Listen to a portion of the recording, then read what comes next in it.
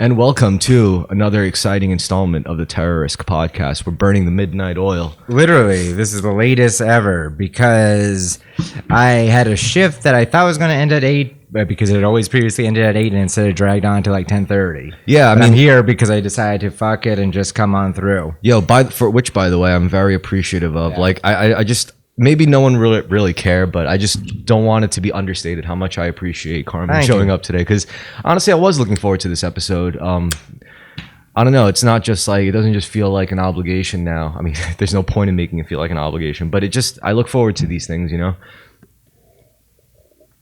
with you. And I feel like it never seems like, you know, if you just look at like the experience of doing one of these episodes, it doesn't feel like anything much has changed. But for me, it's different because like every time I edit, I'm also like looking back at like all the older episodes and I'm like, damn, we were like different people back then, you know? I mean, because one of the things about being a podcaster is like, it's not like being a musician where you make a song, you release it, and you could go back and listen to your own music like hundreds of times to scrutinize it, to enjoy it. I can't believe they're playing it. Podcasting's not like that. Like once you release a podcast, you're not going to fucking sit there for like 2 hours listening to yourself, you know, have the same conversation. So, but for me as the person who edits it too, like I end up in that position anyway. Yeah, very true. Let's see if I fall asleep in this chair. While just don't drink so fast, man. I won't. I just want to. I know you're right. I drink too fast anyway. In this case, I have an excuse due to my busted finger because. Well, yeah, we got 2 bottles to get through anyway. Yeah, God, fuck. Okay.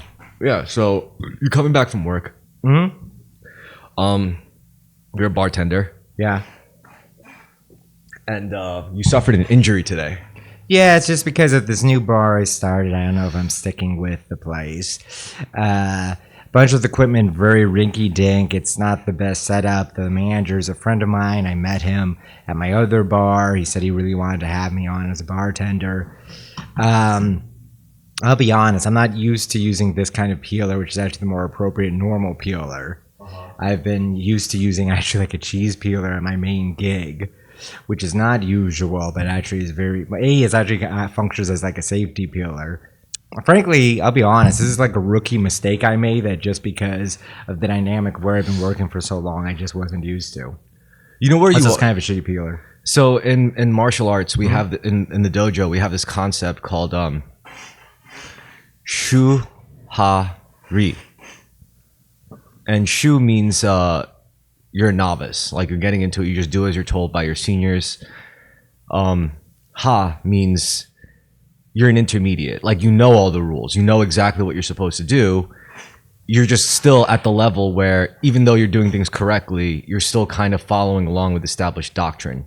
And Ri is when you've mastered the established doctrine to such an extent where it's like you could see all the ways where the established doctrine is still, you know, a long road to that level. However, once you got there, you realize there's gaps, you know, in like the creative limitations or whatever. So I'll put you at the Ri phase of things because like, it's the same with the dojo. It's like, you remind me of like the intermediate student at the dojo who like knows all the forms and they know how to, you know, they know all the etiquette stuff. They know all the ritual phases, like the bowing. They know everything. They know all the they know all the theory and all that stuff.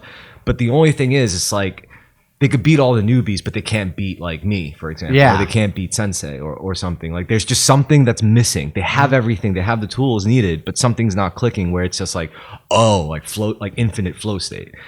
And I tell them, it's like, I didn't break past intermediate stage into teaching level by like fucking just, you know, like only relegating my training in the dojo. Because that's what I feel like a lot of even the most dedicated students, like they only think about swordsmanship really in their life when they're in the dojo. You know, that's their time and place to do it, which makes sense. For me, I'm out of the dojo and maybe I'm not thinking about swordsmanship, but the things I would get into somehow align with enriching my shit. You know, like reading like the Book of 5 Rings just because I thought it was edgy and cool and interesting, or like Hagakure, or fucking learning about like spirituality, psychology, which also goes a very long way with martial arts. Strategy, I've always been interested in that before I started swordsmanship, like, you know, like game theory and stuff like that, which all plays in. and probability. I'm a very analytical person sometimes. Like I like to look at data and I like to make informed decisions based on statistics of that data or in reference to that data. So all these things I was doing, it's like I was basically telling them, it's like, yo, you know all the kata, you know all the forms, you know all the techniques, you know like everything we teach here, you know everything. Like if you swap me in place and then say like lead the class, you'd be able to do it. But for some reason you can't when we're competing, you can't beat your seniors. There's something that they have that you don't. And it's not something you're gonna get in the dojo. It's something that you're going to only find the more you live. If you live your life to such an extent where something you take from your actual life outside of martial arts can be brought in, and that is what's going to take you to the next level. Like think about like a famous Italian restaurant, right? Yeah. Italian restaurants are like a fucking dime a dozen, you know? But what makes one special, it's like, oh, I have this recipe that my great grandmother brought from Sicily, and she wasn't in the restaurant business. She just made food her whole life, for her family. And that's something outside of the restaurant business, but you bring that in, that little bit of authenticity outside of established doctrine. Suddenly you got some shit that no one else has. You could do all the kitchen work, you could do prep, you could, run a business, but can you stand out after all of that? Yeah. In particular with restaurants, I was going to say a lot of them now are fusion restaurants or have someone that's cross-trained. That's like jiu-jitsu, it's like Brazil or MMA. That's very much the case, I think, with a lot of top-end, particularly like Italian places now. Because, that's a good way to kind of trick the system. Because instead of leaning on mastery, you're leaning on novelty. Yeah. And often the people are very competent or they're very skilled. Yeah. So the reason why, but then again, I'm not big into fine dining, so I shouldn't speak with any kind of authority. But with bartending, I put you in the ha phase because it's like you're not really experimental, are you? When it comes to like bartending, I'm sure when you mix drinks, you're like, let's try this. Oh, this tastes pretty. No, that's true. I'm not that. You're actually fully correct. Yeah. Same thing with my with the seniors in my dojo. Mm-hmm. It's like I know that if there was a newbie, I'm like, go teach him the Shoden set. Go teach him the Toyama Ryu set, because those are the basic things that like every Toyama Ryu practitioner should know. So I could rely on them. But if I were to go tell them, it's like, all right, now make them like turn them into a sword fighter that could win like 9 out of 10 times. Suddenly it's like, oh, I don't know how to do that. It's especially hard if you're competing against people who also know the same moves. Mm-hmm. Same with chess, I guess. Like, yeah, what I'm most competent in as a bartender is befriending people and interacting with them. Unsurprisingly, because that's why I came in already knowing what to do. So you got to apply that to your craft better. So what you should be able to do, right? What you should be able to do is, because you're so good with people, if a customer walks into the bar, if you have that level of skill in something outside of bartending, and that if it's good enough to apply it, you should be at the level where they walk in, you look them up and down. It's like, wait, let me guess your drink. It's like, oh, I'm very close to that. I already do that. So then do it. Lean into that. Develop that. Now, what makes that difficult? Like if I were to say, like in the dojo, if I were to go to an intermediate student, trying to push them to like a truly good, better level, I'm like, I wouldn't say like, I would say what's keeping you from being great is it's a game of inches now. Because when you're still trying to get to intermediate level, it's a game of miles. Mm-hmm. It's like, I don't know any of these forms. I have to memorize them and I have to practice them to the point where if I should be able to perform them every time without being told what the next movement is, and I should be able to do it in a way where I don't make mistakes. And even when you don't make mistakes, you could still do it better. So you're at the point where you're still making mistakes, like AKA cutting yourself and shit, Yeah. So that means like you're at the level now where all you have to do is just brush up on your basics, get your basics down, like basically the only thing that'll make you a better bartender isn't learning the next drink, isn't meeting more people. It's literally just like sitting in your kitchen, turning on some music in the dark and cutting like 100 lemons without looking down or without looking at it. And if you could cut even slices without looking, imagine how you could play that at the bar. Like a customer walks in, it's like time for you to cut the citrus, and then you're having a conversation with them and you're cutting perfect slices while you're just making eye contact with them. See, that's the kind of subconscious fuckery you would be specifically suited to if you just got the basic mechanical shit like down better. That's like what I would tell the intermediate guys. I'm like, you know, the kata, you're doing it correctly. However, look at your foot positioning. Look at the little stuff. Where's your eyes pointing? Why is your chin lowered? You know, why are your shoulders too forward? Don't, you know, you got to like pull it back a bit. Why are your legs so far apart? It's like 2 inches is all the difference, you know? It's the little stuff. Like once you get good enough, that's when it becomes, like I said, a game of inches. So you got to get, you know, you got to start practicing the little shit better. Appreciate it, and you're right. That's something I was thinking about. Was exactly that. I mean, it's not just like the bartending. Like I noticed with other stuff too. You know, like there's a lot of things I have, yeah, that I often train myself pretty well in, but I never got. Often because I was self-taught, I often miss some basic technique that I should go over, refresh, understand properly. yeah, you should. I do all the time with like music theory, programming, speaking Korean.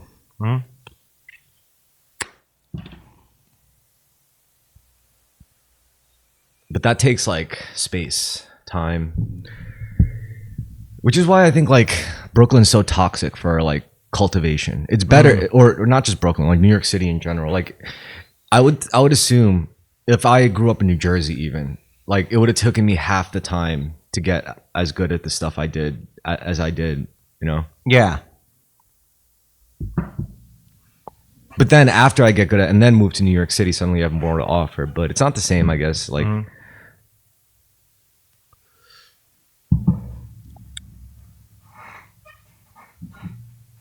Very true. So what else is going on?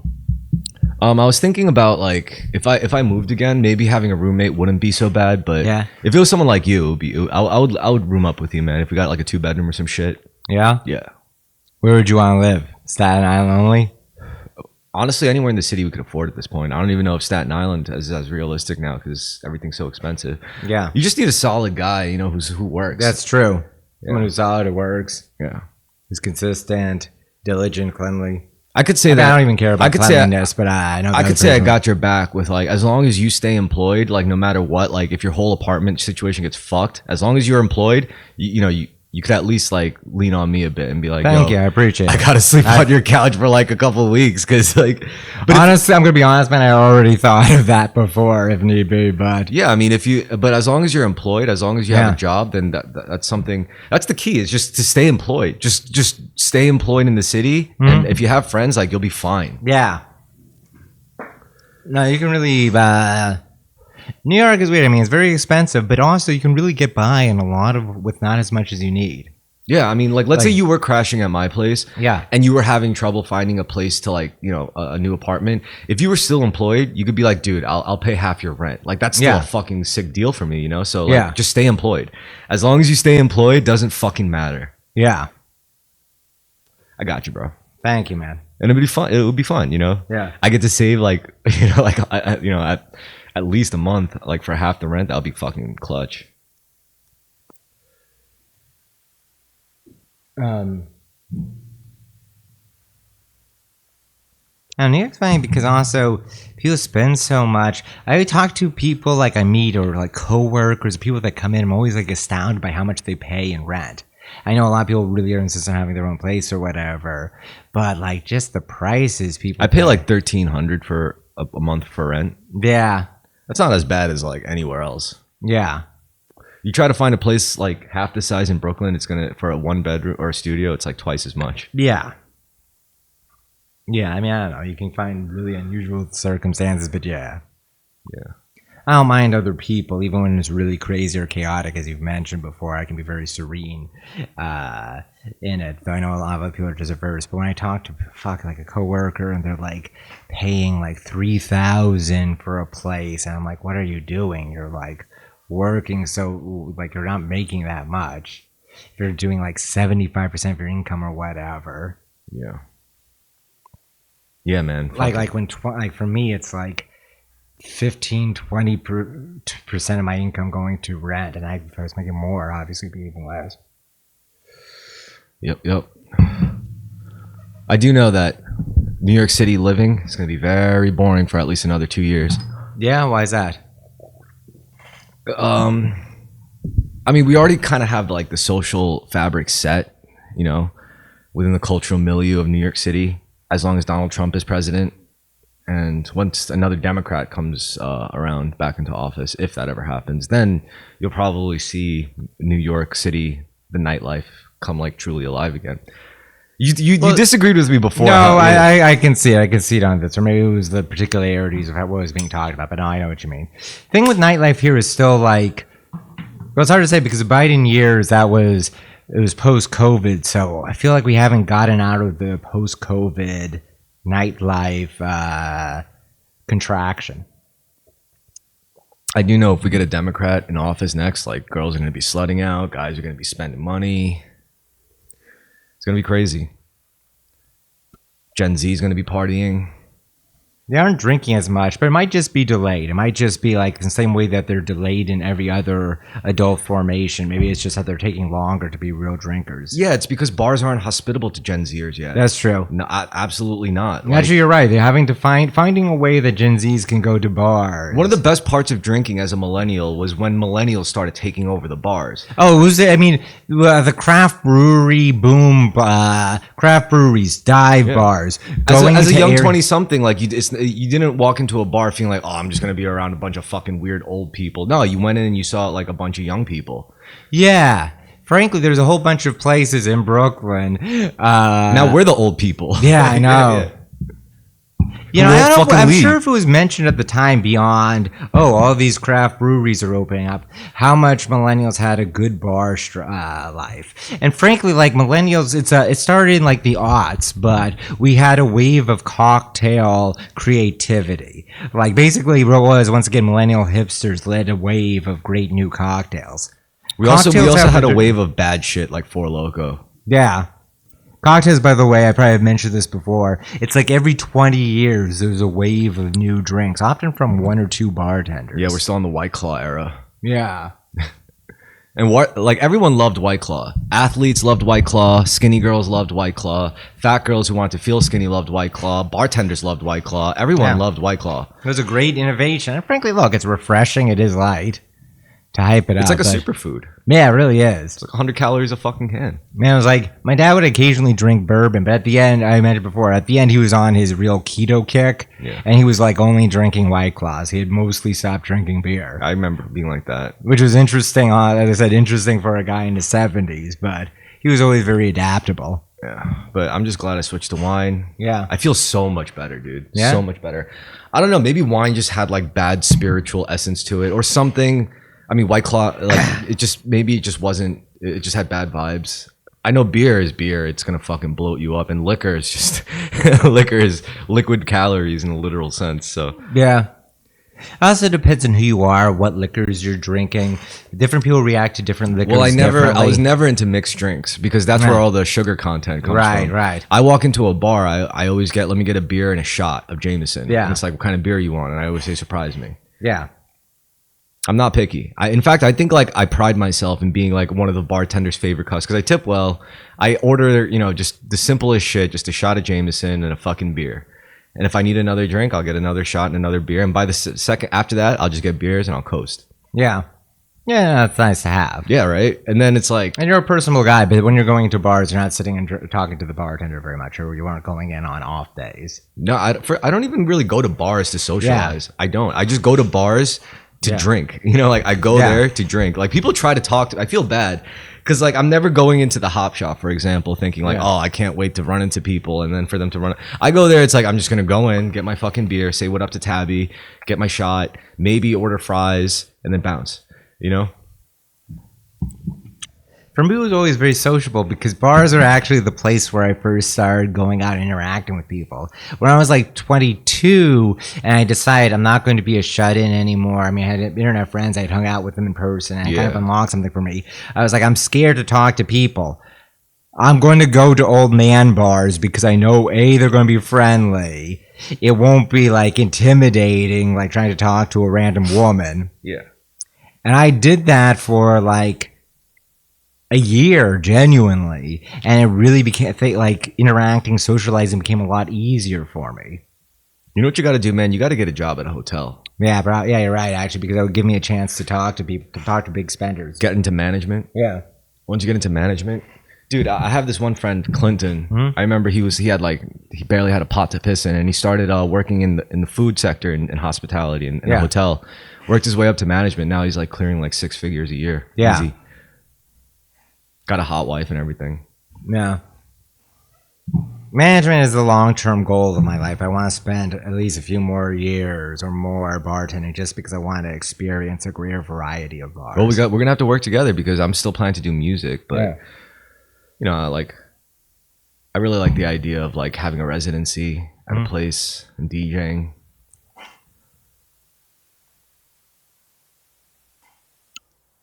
Perhaps we have a lower energy due to starting so late. No, I'm good, dude. It's chill. I had coffee. I'm chilling.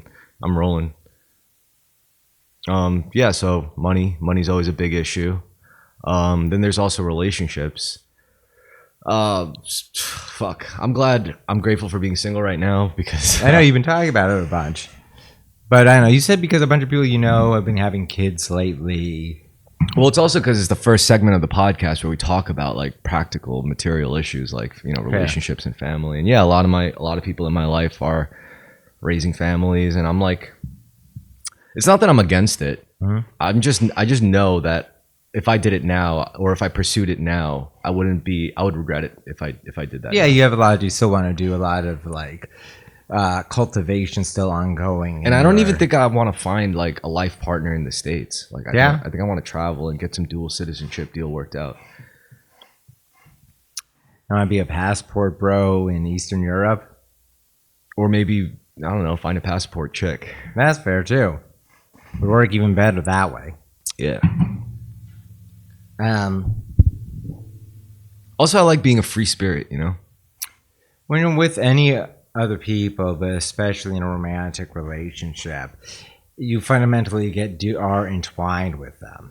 Romantic relationship, especially so. Also, some of the coolest, chillest people I've met through like the dojo, for example, or through maybe like music and you know, music production are like people that are in their like mid to late 40s now, and they've been divorced already, but they're not old enough to like say like, oh, I'm completely retired from any kind of living. It's like, no, they're so chill, they're so cool, and they're like already divorced, and they're like, yeah, I did that stuff, and I learn a lot from those people. Yeah, and it doesn't, to them, it's like, to me, it's not saying that the mistake was getting married necessarily. It's that they did it too soon. Yeah, they didn't find the right person. Yeah.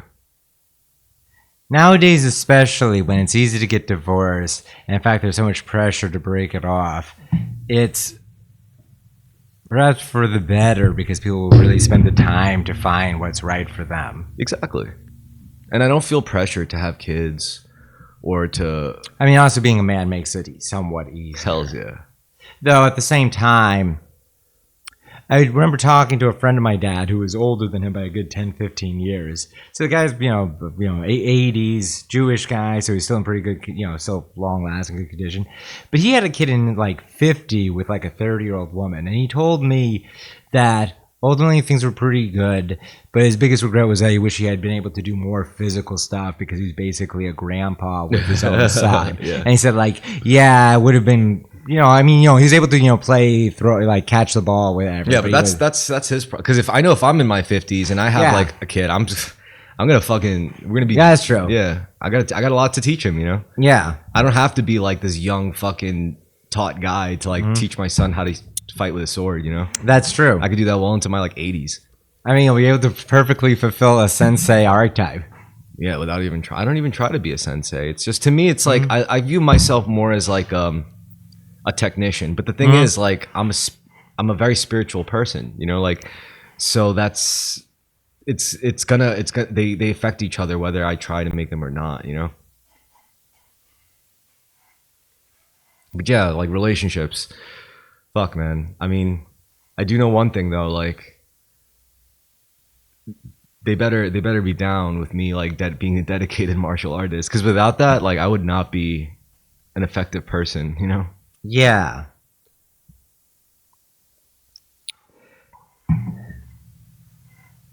It's the practice that keeps me sharp. Yeah.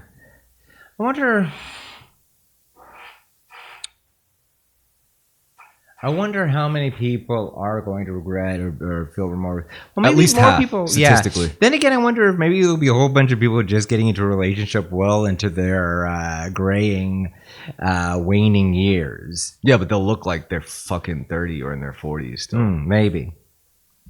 Dude, all my friends my age who had kids, they're losing their hair and shit. They're graying already. They're getting like wrinkles. Like it really does. They suck the life out of you. Not in a bad way. I mean, it's natural. It's supposed to be that way. Yeah. In a spiritual, physical, psychological sense.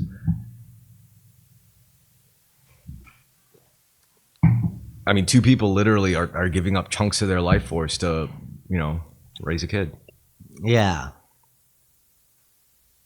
I do like kids. Do you like kids? I love kids. Yeah. I mean, I think kids like me more than I like them, though. I like kids a lot, and kids tend to like me. Probably because I have like a Robin Williams or Paw Patrol quality where I'm an energetic, hairy thing that's sweet and like talking to them. I think another more interesting thing is my parents sorry, not my parents, but my friends who are parents keep trying to throw their kids on me. Yeah. Like, here, hold him. It's like, oh yeah, take him a ride around in your car. It's like, oh yeah, he wants to fight. And I'm like, all right, I don't know. I think it's maybe they're trying to get you to have baby fever, or maybe they want their kids to meet you. Yeah, the Uncle cool Chris. uncle. Yeah. Because you realize when you have a kid, you're like, oh, I want my kid to have a cool uncle. Yeah, and you're like the perfect fit. Of course, for that 100%. Yeah, like I'm not stupid. I know what you're fucking doing. Yeah. Trying to offload a lot of that emotional labor. I grew up with cool uncles. I know the deal. Also, especially for men. In fact, I think this is a unique quality for men. It's actually very important to have like an avuncular figure.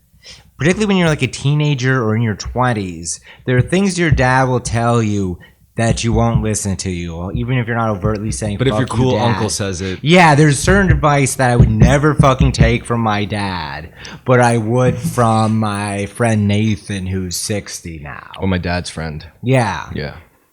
Listen, kid, I know your dad could be a hard ass. Trust me, I went to school with him, but yeah, at this point, he's got a point. Yeah. Yeah, I could definitely see the scene playing out in my head. It's such an obvious trope at this point. Yeah. But I don't mind playing it out, I just need them to know that I know what's going on, even if they don't know it, which would be a problem. I don't know, any kid would probably very quickly recognize, just due to like media literacy or trope awareness. Yeah. I would have, I recognize that dynamic with my dad's friends as like an 8-year-old or whatever. I was aware of like that kind of dynamic. Yeah. I want to be the world's uncle. I want to be Uncle Chris of the world. Yeah. I don't know, different types of guys, different types of archetypes you're inhabiting.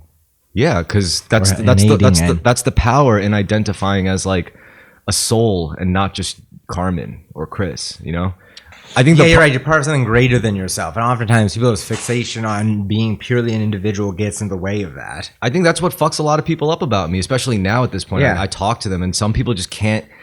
Like, they'll react in all sorts of ways. They'll get racist. They'll try to make fun of the way I look. I still get racist with you, baseball. None of it sticks because I'm like, there's no way you of all people, there's no way anyone I think I know is gonna make me hate myself. Really. Yeah. No one, because like I can't hate me because like I'm a child of God, and I'm not gonna hate you either because you're a child of God, and it's like that's gonna fuck someone up if they don't, especially if they're in a very highly individualized, isolated state. They're gonna be like, nah, I can't handle this. I can't handle a guy like that because I totally empathize, but I mean to me it's like I'm not gonna try to change you. Yeah, I know why you're reacting this way, even if you don't get it yet. All I'm gonna do is excuse myself. Like you clearly can't handle it,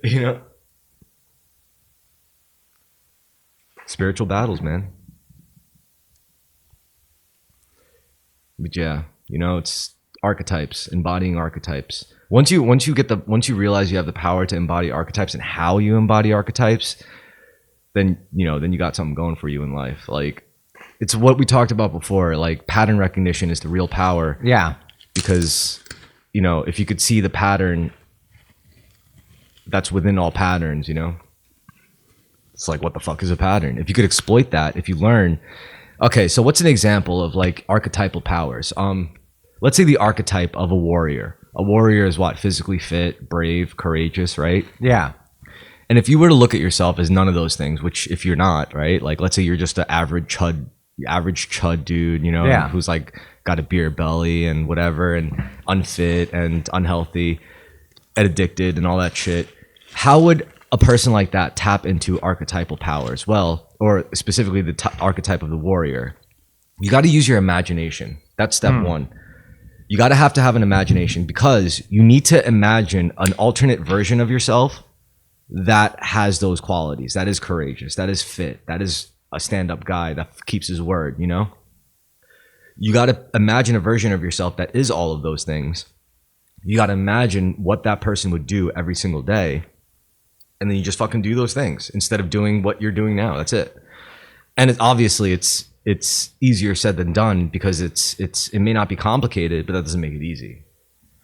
Well, it gives you some kind of map, even if it's very schematic, or some idea to orient yourself towards, as opposed to just wandering around aimlessly with it. You have a sense of where you're trying to go, of how others have done it, and then presumably you can learn from it. Yeah. And there's also like a lot of people, when they expect to change, they expect like one singular moment in life where once they cross that threshold, suddenly they're a different person. It doesn't work like that. It's an everyday thing. That's what makes it a pattern, because a pattern isn't just one static point. A pattern is a sequence of points, which is like a sequence of your time, of your days. Yeah. You want, so wait, that concludes the first half, the first quarter, by the way. You want to take a recess? Yeah, let me grab water. All right. Next segment. This is where we talk about ideas, philosophy, kind of debates. Earlier, I saw your tweet, how like you're saying anti-Semitism. Specifically, when we say anti-Semitism here, we're not just saying like hating on people from the Middle East. We specifically mean Jews. Yes. Anti-Semitism. It's not this metaphysical concept. It's more like just Here, let me try and break it hating down. like a race, like a Chinese person from South Asia or something. Yeah. Okay. So it's a. Let me see. Let me take a step here. This is my wheelhouse, all right? I'm gonna fuck you up with some shit right now. It's very common among many Jews, particularly secular Jews, to define Judaism in relation to anti-Semitism. Secular Jews is especially true because they no longer have God, or no longer have the Torah, the religious practice, to define themselves as Jews. It's all in relation to the Holocaust. Though even before that, there's a long-running trend, and plenty of religious Jews do it as well, because it's built into the Jewish mythos of being persecuted. But they define it as a metaphysical cosmic force. And you're saying it's not that. No, when you They're hear not- when they're- like, people you don't see a hate them 'cause they're secular chosen by Jew God. talk about how, you know, the Egyptians enslaved them, and then they were fighting the Amalekites, fuck, I should remember this, Anakin, Gath, Elamite, whatever, the Philistines, all that, Romans, medieval discrimination, pogroms in Russia, the Holocaust, the They Mars. had a lot of haters, yeah. Yeah. They present it as something that everyone around them does, but I do not believe it is this universally reoccurring thing. There's always concerns about, in the term never again, in reference to the Holocaust. Implicit in that is the assumption that a Holocaust event could happen again, or people would want it to happen again. Whereas I feel the Holocaust was a very much sui generis of its time and place, albeit a culmination of trends that have been going on in Europe. But that doesn't make it not metaphysical in nature, though. All right, so here's my take. Furthermore, to finish clearly, I put it of a piece with similar kind of discrimination that can be found around the world and throughout history against minorities that dominate in business, and overwhelmingly usually business. And I mentioned, for instance, Armenians in the Ottoman Empire, Indians in Uganda, such as Mam Dani's family were So you're saying like anti-Semitism, just like those examples, is just like an example of facet of human nature. Yeah, and it's a particular kind of discrimination that happens against successful in marrying minorities. But that's the way like your side as a non-Jew would look at it. Now here's the deal. Like as far as the Jews are concerned, like you ask a Jew, it's like, why are you so hated throughout history? And if they were honest with their beliefs and they're orthodox, if they were orthodox and actually devout and from, as they call it, they would tell you it's because they're the chosen people. And of course, if you're the chosen people, the non-chosen people are going to want to fucking kill you. And the thing is... And also God routinely punishes them for going astray. Sure, yeah, according to their lore. Yeah. Now, the thing is, like, you may be right in your answer as to why, like, the nature of anti-Semitism, but for all intents and purposes, they might as well be correct, too. That's true. I mean, throughout history, like, because it's not and just the Holocaust. I will say also, like, as you said, that my statement could be seen as inflammatory by many Jews. I don't think it's inflammatory. I think it's I think it's misguided in a sense where the commonly accepted notion of anti-Semitism arises from the belief that Jews are an ethnicity. I just can't. I know. Yes. I can't buy that because that itself, it's like, how does that fucking work? I mean, how does it work in line with our traditional definition of like ethnicity and the implications of the societal implications of that, for example, you know? Well, because if their religion says that they're chosen people and they make an ethnicity attachment to that, as opposed to the chosen people because of their practices, which makes more sense in a moral and a technical sense. Like if you're saying you're chosen because you're Jewish and you say, oh, I'm Jewish because I'm born Jewish, that doesn't really track, especially if like you're doing evil shit, you know? How can you say you're chosen by God if you're out here doing evil shit just because of your Jewish blood? No. First of all, it doesn't even exist. It's worth mentioning that a lot of this discussion involve, like, look, we speak English, we're in the West. These statements are coming from Ashkenazi Jews, and they're tracing their lineage. Immediately, they're tracing it back to the Bronze Age and to, you know, the Kingdom of Judah and Israel. But there are plenty of practice. Well, thing is that because Jews are an endogamous group, meaning marrying within the group, wherever they find themselves, Beta Israel and Ethiopia, Mizrahi in Persia and Iraq.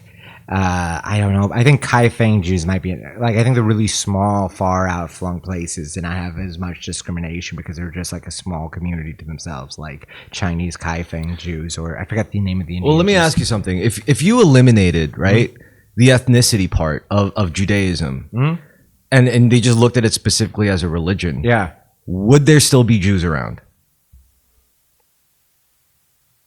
If it was just a religion. Yes, would there still? Do you think there still be Jews around? That's a good question. Actually, I don't think so. No, actually, it wouldn't. No? No, because at that point, Judaism would be akin to Greek philosophy. It'd be like Platonicism. Like, much like how Christianity is heavily influenced by classical Greek philosophy, particularly like Plato and Aristotle, I think Judaism would have the same role, or would find itself in the same position. That without and maybe you'd have individual people who start practicing Judaism or define themselves as Jewish because they're following like. Maybe this is why you need a system like a system like Kabbalah, mysticism was a necessary aspect, because if you for example, if you like, let's say as a practicing Jew, and in history, you decided to forget all about the fact that it was an ethnic thing, because let's say you were so devout, you didn't even care about being married or having kids. All you cared about was devoting all of your time and energy to being the most devout Jew that honors God better than. Well, it is a requirement of rabbis to be married.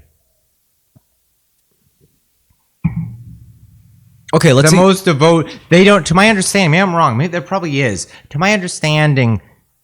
This is actually worth asking, actually. Is there a monastic tradition of any kind, or a celibate tradition among Jews? I know that they had like those desert fathers that were out doing that. Like John the Baptist was out like living in the shrub lands, you know, eating mosquitoes and the like. That makes sense, yeah. But to my knowledge, rabbinical Judaism doesn't have that tradition of like someone who's so religiously devoted that it's in their entire self like that. I know Islam does among certain schools and certain like sects there is, but not all of them. I think it's just it is. Is it a requirement though? Is it really a requirement to have like babies? It might actually be. Certainly, they were encouraged for a long time. A lot of people, I mean, every Ashkenazi Jew. I can't speak for Mizrahi or Sephardic, which is Spanish and like around the Mediterranean Jews. I do know that like every single Ashkenazi, because it's a small population, is descended from multiple rabbis. Okay, so on the other note, like, what if you did do that stuff? What if you did have kids and now you're old and it's like, well, now what? You know, now what could I possibly do? I gave everything to God. You know, it's like, am I gonna just like work for myself now, get rich, or is there more I could do for God? And maybe that's where mysticism comes in, you know, where you start to think about like, all right, I showed my devotion to God. I show my devotion to God every day, and I still have more to give to God. You know, I gave my stuff to society, you know, in God's name, and I still have more. I still live in abundance. Now what? And I think, again, this is where mysticism comes into play, because when you're in that position of life as a Jew, it's like, what's next? Well, next is you're going to explore the entire nature of God. It's like, what is God anyway, besides like what I've been told? And then eventually you go down into the deeper aspects of mysticism, if you're literally breaking down God as a concept or trying to. And I think this is how Kabbalah like it comes into the picture as like a facet of Jewish life. Yeah. I don't know enough to say how big Kabbalah is or how prominent it is. I know it's a long-running tradition, the same way that there's long-running mystical traditions and all of these, in certainly all the Abrahamic faiths. Well, there's also one problem. It's like, no matter if you're a Jew, a Christian, a Muslim, the problem is like, there's an anomaly. And within, you could call it within the psyche, within the subconscious of every individual. The anomaly is the possibility of enlightenment. You don't have to be enlightened to be a devout or a committed or a righteous Jew or a Christian. You don't need enlightenment for that. You just got to pretty much do as you're fucking told.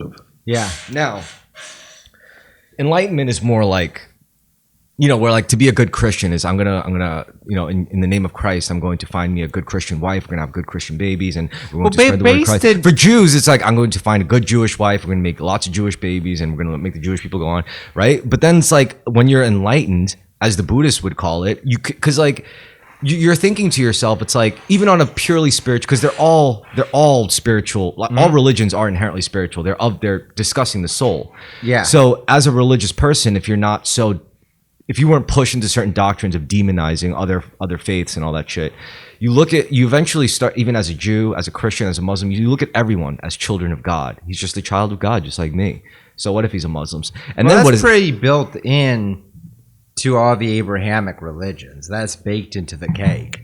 Also, I want to just mention that Christianity, more so than Judaism or Islam, has the mysticism. No, all three have. No, they do. But I'm saying it's more prominent in certain ways. Maybe you're saying that as the Westerner.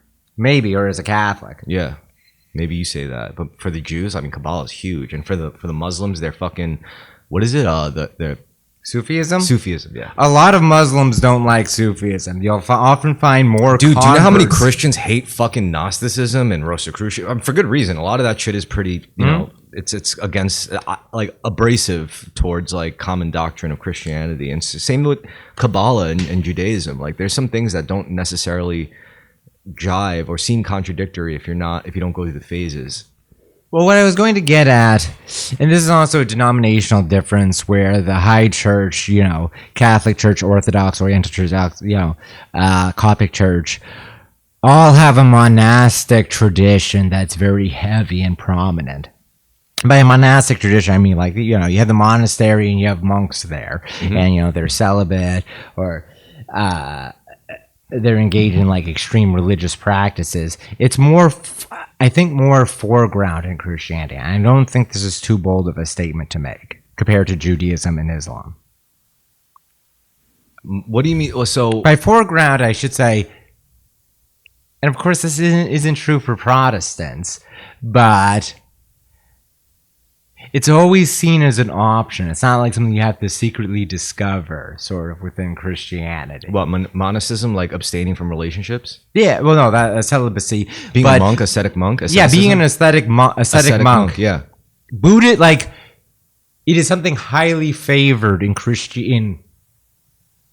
high church Christianity and in Buddhism and Hinduism as well. And Taoism. In a way that I don't think it's favored in Judaism or Islam. Sure it is. I mean, it may not be relationships, but it's still like, don't drink. Don't fucking engage in premarital sex. Don't eat pork. Well, those are the orthopractic rules of the religion. No, they're all ascetic. They're all ascetic routes. The thing is, asceticism isn't really about denying yourself. The reason why you deny yourself of impulses, of animal impulses where you could, is because you could rise above it. That's the whole point. You're not doing it because you have to necessarily. I mean, maybe like in some contexts you do have to, but I'm saying, a good asceticism, you're ascending above it, right? Yeah, is it the same etymology? I'm sure it is. That's the whole point. Like, if I give you a set of rules, like, tell you, like, give you a list of, like, say, like 10 things you shouldn't do. Yeah. If you want to be closer to God, if you want to ascend, if you want to feel like ascended, as in you live in a higher state than these people who just want to come, who just want to eat meat, who just want to drink blood, who just want to conquer shit, who just want to rape. Like, because you're able to reach a state where you realize I don't have to do those things, even though I can. I choose not to. Yeah. And for some reason, whether they feel they don't deserve it, whether they felt they're trying to repent, whether they were raised to be a monk, regardless, abstaining from that by choice, willingly, puts you in a higher place. Yeah, it does. So I think like that's the anomaly. It's no matter what faith you belong to, you can't stop a person from abstaining from shit. You can't stop a Jew from abstaining from premarital sex or drinking booze. You can't stop a Muslim from like not having 8 wives. You can't stop whatever. You can't stop a Christian from like not sinning. That's true. You can't stop. Yeah, sin is part of man's nature. Like you can't really stop a Buddhist from not choosing to just like not hurt people and to sit under a tree to meditate. You can't stop these people from doing ascetic practices. And this is why I think, again, you need mysticism, because eventually, like, especially if you grew up in like an Abrahamic doctrine, you reach that level of asceticism and you realize we don't need all of these books and scripture to do this stuff. You just got to like not do it. And the only way to not do it is to not think of a reason not to do it, is to just not do it. Like you don't need a reason. Doesn't make a difference really whether you do it or not do it, so just choose not to do it and see what happens. Yeah. A lot of people, they get pushed to that state. That's why a lot of like monks in historic lore like lived a life of debauchery, lived a life of violence. Well, I think the big factor of life of debauchery among monks historically is that in Catholic Europe, if you were a smart guy, you were funneled into the church. There was a lot of people that shouldn't have been in holy orders that were, because it was a place to get an education, particularly if you're not nobility. Okay, it was a place like. That's not what I'm talking about. I know what I'm talking about, though. Yeah, you're saying, oh yeah, like sinners ended up in holy positions because the institution was corrupt. That's not what I'm. I didn't say corrupt. Nor did I say that it was like they were funneled into it. People whose heart really weren't in it or in a bunch of elements of it went into it because it was the only game in town. Yeah, it's just like it's no different than like a military recruit who's like going to the ghettos to recruit, but 1 out of every 5 just happens to be like a stalwart soldier. He was just lucky enough to get recruited. Well, more precisely, there's a bunch of people that otherwise would go into business, academia, they'd be programmers. You probably had a bunch of guys in monasteries that if they were alive today would be in a gay and trans woman polycule in San Francisco. But you're still viewing it purely in like the Abrahamic context. That's not exactly what I'm talking, because again, anybody has access to ascetic abstainment, Yeah. I just don't want to do this. Whether it's because they were lucky enough to figure some shit out at the right place at the right time purely by accident, or because they lived their life of debauchery, of violence, of war, whatever. Another example is Miyamoto Musashi. Yeah. I mean, could you imagine when he was in his heyday, when he was at his most powerful, he was probably obnoxious as fuck. He was probably like, dude, did you look at me? Very common, yeah. I'll fucking kill you. But then after he's killed all the people, after he's proven himself to be the strongest, what does he do? He goes and lives in a cave in his old age. Yeah. He doesn't want to he doesn't want to open up a dojo. He doesn't want to, like, you know, revel in riches. He's just like, I've literally tasted it. I've gotten so powerful where nobody wants to fight you. And guess what? It doesn't lead anywhere. I've been the most powerful dude. And guess what? It doesn't fucking lead anywhere. And that's another route to enlightenment. This is what I'm talking about. Like, whether you're a Christian or a Muslim or whatever, if you're strong enough to do evil shit, to actually fight off the people who want vengeance of you doing evil shit and still standing, it's like, what's left? You have nothing fucking left. And then that's when God comes in and it's like, you done? Are we done playing games now? Like, you know, like, do you understand now? That's what I'm talking about. And this is why, again, you need mysticism. This is why Miyamoto Musashi, like, you know, understood Buddhism probably without even having to talk about Buddhism. This is why, like, people, like, you know, when I talk to them about my views, they're like, are you a Buddhist? I'm like, I don't really identify as a Buddhist. Yeah. I don't identify as a Christian either, but I believe in God, you know? Shit like that. Yeah. And it wasn't a church that brought me here. It wasn't anything like, it was just pure, like, self-reflection, you know, contemplation of self and, like, my own state. It's like, why am I like this? For what reason? How many of my ideas are actually my ideas? Oh wait, none of my ideas are actually my ideas, you know? I don't know. What's that line by by Lord Buddha about how there are many paths to enlightenment and this in Buddhism is one of them? Yeah.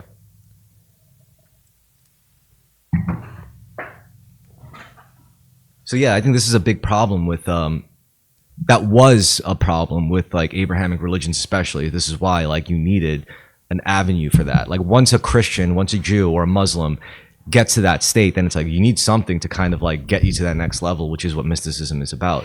Yeah. If you don't go through the necessary steps and you get introduced to mysticism, you're just going to become a fucking, like, a obnoxious schizo. Yeah, many such Without cases. any discipline. You're just going to have, like, the insight without the discipline. And the insight without the discipline is going to turn you into a monster. Yeah.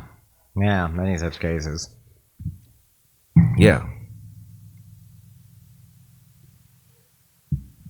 So what's your take on that? You know, like, because I know you believe in God, but you're not religious. So in that sense, we're very similar. Yeah. I'm more interested in comparative religion because of my desire to categorize and things. But also, I don't know, I've just always been interested in it. When I was younger, I wanted to go into holy orders when I was a boy. I wanted to be Because you like structure. Yeah. And you wanted to be a part of a fraternity. Yeah, very true. Yeah, you're right. Yeah. Of course. I totally empathize. Like, I joined a dojo, for fuck's sake. Yeah.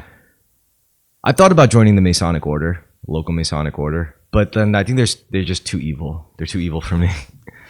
Honestly, man, I think you're just too, that whatever evil is there, I think they would not, like, kick you out or kill you. I think they would just not advance you, and I think that your experience in the Masons would be capped at the local business at like level. Tom DeLonge level. Like, that's the highest I could ever hope to go. Yeah, I think so. That's what I expect, and I think it would actually be pretty reasonable. They would never put me through the child bride ritual with the daughters of Job. Yeah.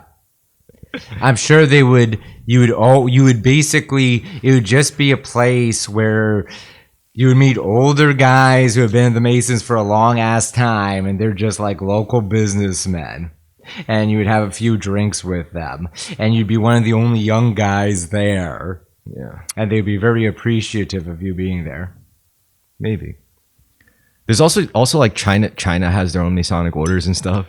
Yeah, I mean, like, men fraternal organizations go back a long time. And I've said this, maybe I didn't say it on the show. Secret societies, I think, fundamentally are a form of men's secret societies or men's fraternal orders. That, you know, a lot of different places in the world, in the Amazon, Africa, Papua New Guinea, my favorite place to mention on this show, you can find tribal societies where there's basically something like Masons within every single village, and it's like a big hut where the men hang out. Well, I also understand why. And it's also deeply tied into male coming of age initiation rituals. Also, I understand why a lot of secret societies had to stay hidden. For example, if like, and this is I relative. mean, I think that's the whole fun of it. That's the whole point of it. You also can control the flow of information. No, it was You more can serious than that. What's that? Like if it was like look at me, right? Take Yeah. me for example, and my beliefs. I believe that everyone is the same soul living out different lifetimes in different bodies. I believe Yeah. in God. I believe we're all pieces of God. I believe we're Yeah. all children of God. Whether you're a saint, whether you're Yeah. a sinner, whether you're a rapist, whether you're a doctor, Yeah. we're all children of God. Now, that's offensive enough to like a handful of people in my day to day, but most of the people, right, in this modern age, they'll be like, they'll listen to me and then they'll look to their left and they'll see like a guy on Twitter saying like, we should exterminate black people. And then Yeah. look to the right, you see like a trans person saying like, we should eliminate gender and we should also kill white guys. Yeah. You know? And then in the middle, you see me and it's like, you look at me in this day and age and you're like, well, Chris is actually, I mean, I don't agree with everything he says, but he's more reasonable than a lot of like, you know, all these takes out there now. 100 years ago, you see someone with my takes and it's like, he has to die. 100 years ago, no. But you know what I'm saying? Like, go far back enough. Like, I'm saying the idea is Before Christ, you have to go back to the time of Christ or before Christ. You have to go back before Christ. I mean, all right, even in You like, have to go back before. no, this also depends on the city and state you were born in. For example, like if I was born in one country that was at war in another country, and I looked at that people of that country, they're also children of God. Yeah. At that point in history, I would be killed just because of like nationalist heresy, you know? That's a particular. But I'm saying we live I in know. such different times where that's like a lot less likely to happen. But back in those times, that was a very real like situation for most people. So who would have similar beliefs of like universal spirituality and all that shit. So you create secret societies to hide such insight. Yeah, do it I in had such silence. insight. Probably Pitchforks. coordination. There's like a lot ease of coordinating in secret as opposed to in public. Well, first of all, Forgive me if I'm doing a lot of petty things, but I'm saying that there's a lot of different benefits to having a secret society. no. It's not just the secret society benefits. First of all, being a secret society alone doesn't really provide that much benefits. It's what Yeah. you're keeping secret. Now, they wouldn't bother making secret societies out of this particular insight, this framework of reality, unless it was extremely powerful. Unless it was extremely powerful and chaotic outright if it got out. If everyone in the kingdom started believing that they were just another child of God, they were that the king wasn't any more important than them as a peasant, you know, as children of God.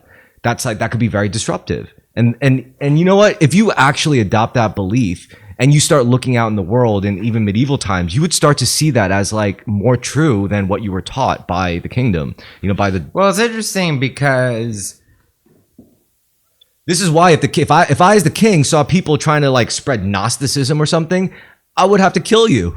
a lot of times they didn't mind. It was more Catholic Church or local government. A reoccurring factor Also, it's like in the if you were Middle Ages. smart enough to even understand it, which would also make you dangerous in your own right. So paired with that, and A lot of the time, you know, kings in the middle. This is very pedantic. Kings in the Middle Ages did not have too much power, but they had a lot of like. you're basically trying to say that there's not that much power in the belief that reality is malleable and that I didn't say that. I didn't say that. I'm just making a mild correction, which is or thing is that very often peasants hated the people they were dealing with, the individual knights, the individual nobility, but they loved the king because they knew that the king would have beef with individual nobles under his rule. There is a reoccurring thing all throughout history of good kings, bad nobles, where you even had situations of like peasant revolts or uprisings that were designed to help a king in a civil war. Like on their own accord, they would be like, the king's being challenged by this upstart noble, who, by the way, I owe taxes to. Okay, but that still has no bearing of what That's we're true, that has talking no about. bearing. Because I'm sorry, if you want, fine, I'll bring down it to your materialist level. It's a simple rule as you can kill the man, but you can't kill an idea. Yeah. So all you can do is keep ideas secret, right? Or all you could do is try to like kill anyone who tries to spread those ideas. Hence, if you have those ideas and you believe in them and you actively use them to your benefit, you're going to have to keep them a secret at certain points in history. Yes. And then on top of it, you have the benefit, all the normal. And that's not just that's not just in European like medieval times. That's everywhere. That's all feudal civilizations. They all had this idea of like reality being malleable, and that's something the king knew, but the others really weren't allowed to know these things. I'm sorry, but is that true? Just because so many people had a belief in magic back then, to one degree or another, the power of prayer, and they deeply believed it. Yeah, but not if you have religion that tells you magic is evil. Specific types of magic is evil. But they still had prayer, and to a certain degree, they actually condoned a lot of like folk magic and practice. Condoned or but they would demonize things like, oh, please, like grant me the power to become king. You know, like they would due to pride and the evil of it, or. If anything, you start to really see that turn in Western society during the time of Nietzsche. Yeah. Because I don't think Nietzsche was really an atheist. No, he wasn't. He was a deeply religious man. He struggled with it his whole life. I think a lot of people misinterpret what he was saying. Yes, very much so. Yeah. I mean, the death of God is a tragic statement, not triumphant. What if he also means like the death of the Abrahamic God and not of like a different view of God than the church would view? Or I mean, look, he was raised by a Lutheran pastor, Reverend pastor. He was deeply immersed in Christianity. What he was referring to was more than anything the Christian moral code and system, which he felt like had fallen into disarray. That the moral framework of it was not going to last. And he was looking at the trends within the mid-19th century and projecting outward. But as far as like God as the actual entity, he wasn't saying that is dead. No, he was no not. Way, yeah. He meant more particularly like the intellectual framework that had governed the world for so long, the moral framework. Maybe he was a troll. Maybe he was. Yeah, he was in a lot of ways. It was a troll. It was maybe that was a specific thing. Was a troll. It would be like me saying, somehow we made this year. It's crazy that we made Democrats hate Trump, the president, for being a dick-sucking fag, and we made Democrats hate the Jews. Eventually, there'll be no difference between them and online conservatives, right? Yeah. Well, gay jokes about Trump have lasted for a long time. I've been around for a long time, and it just, he's so pro-gay. It really is not very impactful at all. But you can just imagine him going up on stage and saying, "I'm gay. It is what it is. I suck the dick." Bill is not very big, but he's a handsome man. Hillary and I, we call him $1 because he's a bill and he's not very large. That's so funny. I would laugh my ass off if I heard that. And everyone would just go along with it and be like, yay, the president's bisexual. No one changes anything about it. I do not give a fuck, all right? No one would. Yeah, no one would. None of his supporters, well, a few people would, but his evangelical supporters would not care an iota. Yeah. Because it's just that it's like, it would not matter in this day and age. Yeah. It would just be one of many things that should be some huge revelation or surprise that's just like, nope, things go on. And things just happen or alleged events happen rapidly. I don't know, man. If it was... All right, well, back to what we were saying before. I think, all right, so a good case of this was when someone was like trying to, I guess, interpret my beliefs in a specific way that would seem like, I don't know, like they kind of misinterpret what I say, because they were like, you seem like you act like you have this gotcha thing going on, but you say that everyone is God, but you don't care what other people think. Doesn't that kind of mean you're going against God? And then I corrected him. I never said everyone is God. I said God is within everyone. So the part of me that doesn't care what you think is inconsequential in this whole equation. It's like, it's not that I'm God. It's not that you're God. It's God is the thing that connects us. We're still different entities. We're still different. I'm still a different human. Yeah, but after we're all created in the image of God. But after that dies, after the body, the mortal shell dies, then what's left? Yeah, the divine spark, that aspect of God. So, it's funny how that's kind of like the interpretation. A lot of people who identify heavily with Nietzsche's work, they're like, "Oh, we're all God." It's like, I don't know if that's it either. I think it's more like I don't know. Everyone has the essence of God. Yeah.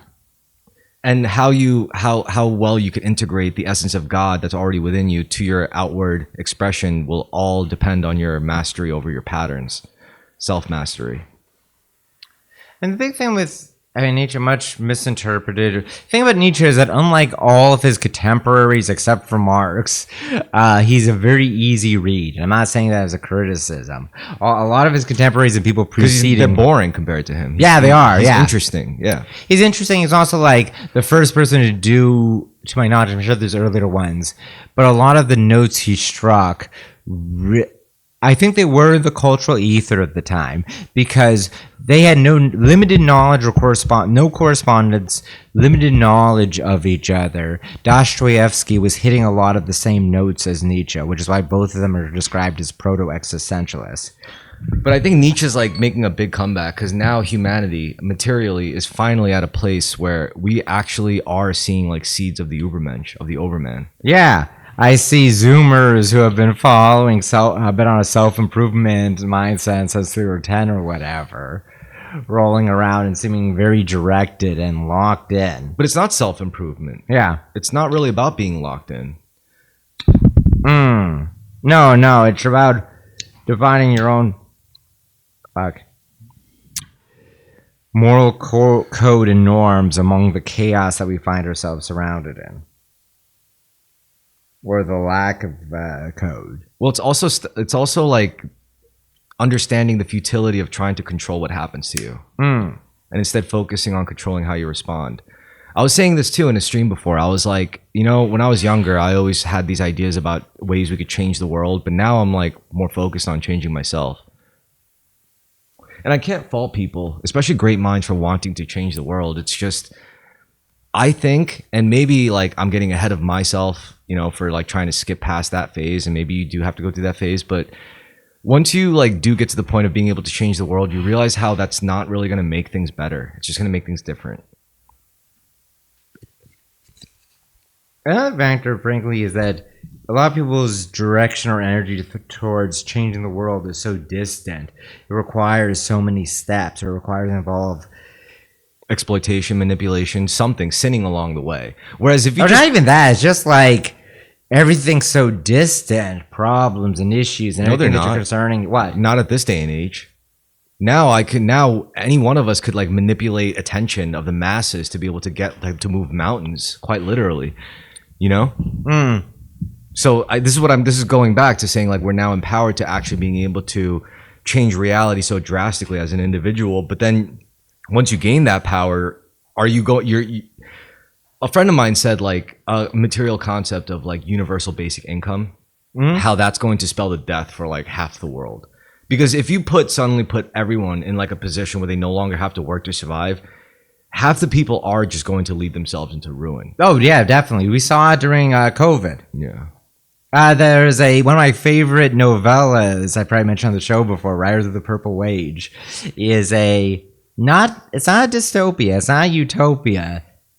It's just a depiction of a comical depiction of a future society with UBI. And it's just mentioned in passing that a large number of the population is just totally checked out.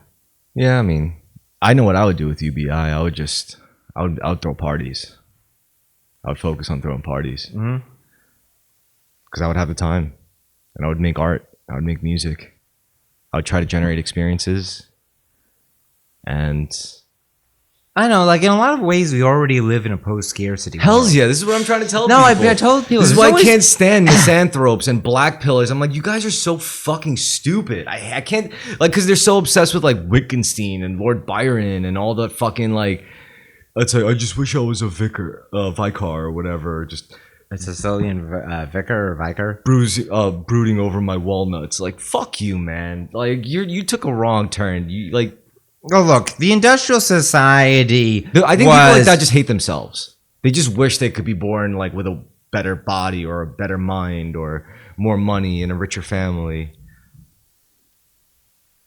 Maybe it's natural to romanticize the past. Perhaps more than anything, there's certain aesthetics or certain focuses on different eras and different places. I can see really sympathizing with them.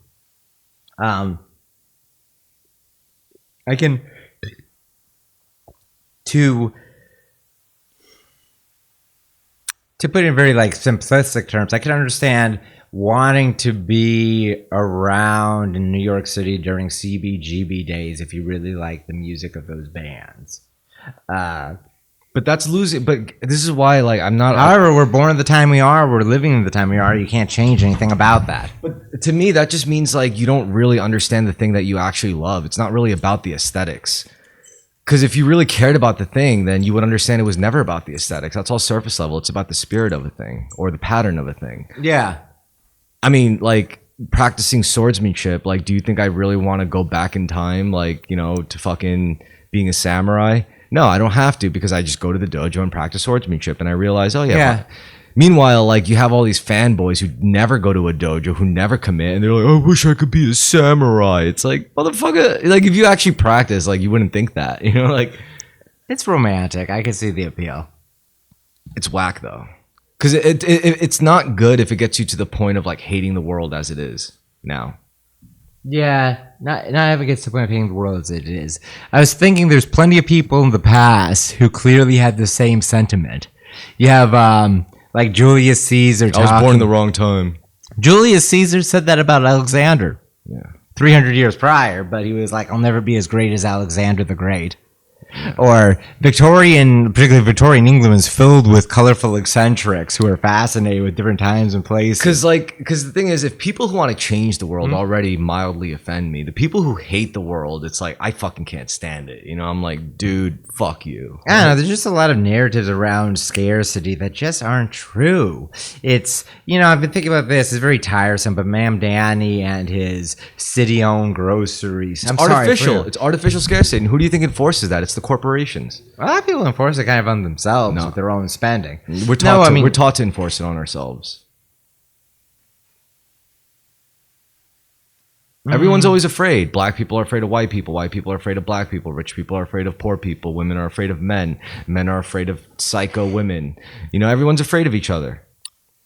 It's scarcity. First of all, the root of scarcity is fear, because the ultimate. Let me ask you this, man. I cook a lot. I cook a lot of my own meals. I've been told by my girlfriend, she told me, you shop like an immigrant. You're always looking and saying, ooh, this produce is really cheap. I know a lot of people don't do that. Was it because I broke programming? Was it part of my character? Was it the mere fact that I had an interest in cooking at a very young age? So for my entire life, I've been buying cheap staple foods and cooking for myself instead of going out to eat. Or as opposed to buying prepackaged foods. Because I've also had a bunch of free time because of no, dude, that makes a lot of sense, because when you cook here, you know, when we do our little cook-offs, you always add so much of fucking everything. And and now it makes sense, because if you're just getting cheap shit, then yeah, you're gonna have to like, because I don't get ingredients like that. You know, I get good shit. So when you cook with my shit, you're assuming that, you know, you get like your fucking cheap shit, and then you dump a lot of like fucking sauces and spices. So like, yeah, I see it now. I fucking believe it. I fucking believe it. Well, the point I was getting at is that on a very low income, I've eaten well my whole life. Yeah. But if you did start fucking around, because, you know, like I live in Staten Island, so there's no shortage of like gourmet grocery stores, and you get good prices too, because you do. It's right here. Produce is like, healthy food is not expensive if you're not buying it at high end places. Also, it's like, you can go down to your bodega. Dude, if I lived with like 4 or 5 people and I got like nice, it would be a fucking waste. It would be wasted, honestly. The fact that I live alone, kind of like makes it more justifiable for me. If I lived with like 4 other dudes, I would be thinking of volume. I wouldn't be thinking of like splurging on quality. The fact that I live alone, that's what even made me entertain the idea. It's like, I'm making pesto, and pesto's simple. It's like a few ingredients, but I'm at the grocery store and say I live alone. It's like, you know what? I'm gonna get these fucking baby bella mushrooms, and you know what? I'm gonna get these organic grape tomatoes, and you know what? I'm gonna get the organic garlic cloves instead of the fucking like regular ones. Yeah. So it's like I was just. That's because I live alone, and it's like, if I didn't, it would be fucking wasted. Like, even when I did have the time to maybe like want to cook the shit, then someone else might be using the kitchen, or it just might not be the wrong time or whatever, or it might be the wrong time or whatever. Yeah, almost every time, most of the people I live with, but everywhere I've lived throughout my life, I usually have the kitchen to myself. Yeah. Maybe it's also the times I'm cooking, but Yeah. But yeah, no, that makes sense. You get like, oh yeah, that's cheap. That's a good price. Yeah. That's the mommy weighted. That's the mother. that's true. The, For a single male, I cook like a mother in a lot of ways. no, I mean honestly, I used to do that too. The only thing that made me alter it was watching movies. I think I was watching a while ago The Man from U.N.C.L.E. Yeah. And then like he was cooking something for an asset he was developing, this lady, and he's like, she said it smelled like feet, and he was like, it's expensive feet because he put truffles in the risotto. And I was like, truffles in the risotto, and that just like triggered something in my head, and I started getting really into like higher quality ingredients. So this is the point where we talk about creativity. Yeah. The wands, manifesting. Is there anything you want to manifest more of besides money? Money is bad. I it should. Even now, I'm like, man, whatever.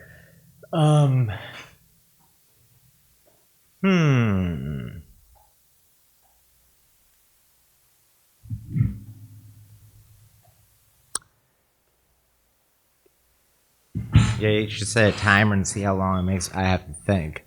What would I like to manifest more of? Motherfucker, you don't even know what you want out of life? In many ways, I'm actually pretty contented. Here's what There's turmoil with my life. I'm also weirdly contented with it.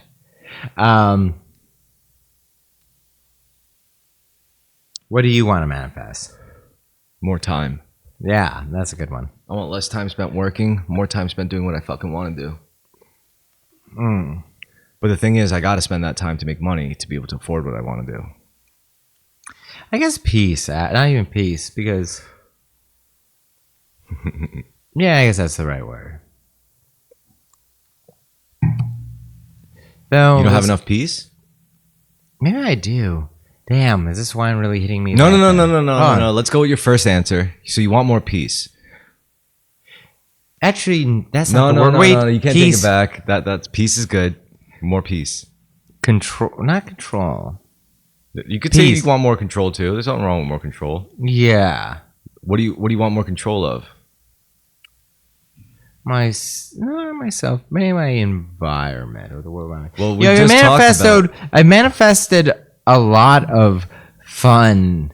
And I've manifested a lot of interesting scenarios. I still want to manifest those. I still want to manifest interesting people because I was thinking about how around me wacky circumstances occur often. And I feel like that's something I very much manifested. I don't want that to go down. So there's a contradiction. I feel like I actually have a decent enough control. I've improved over it. There's something like another level.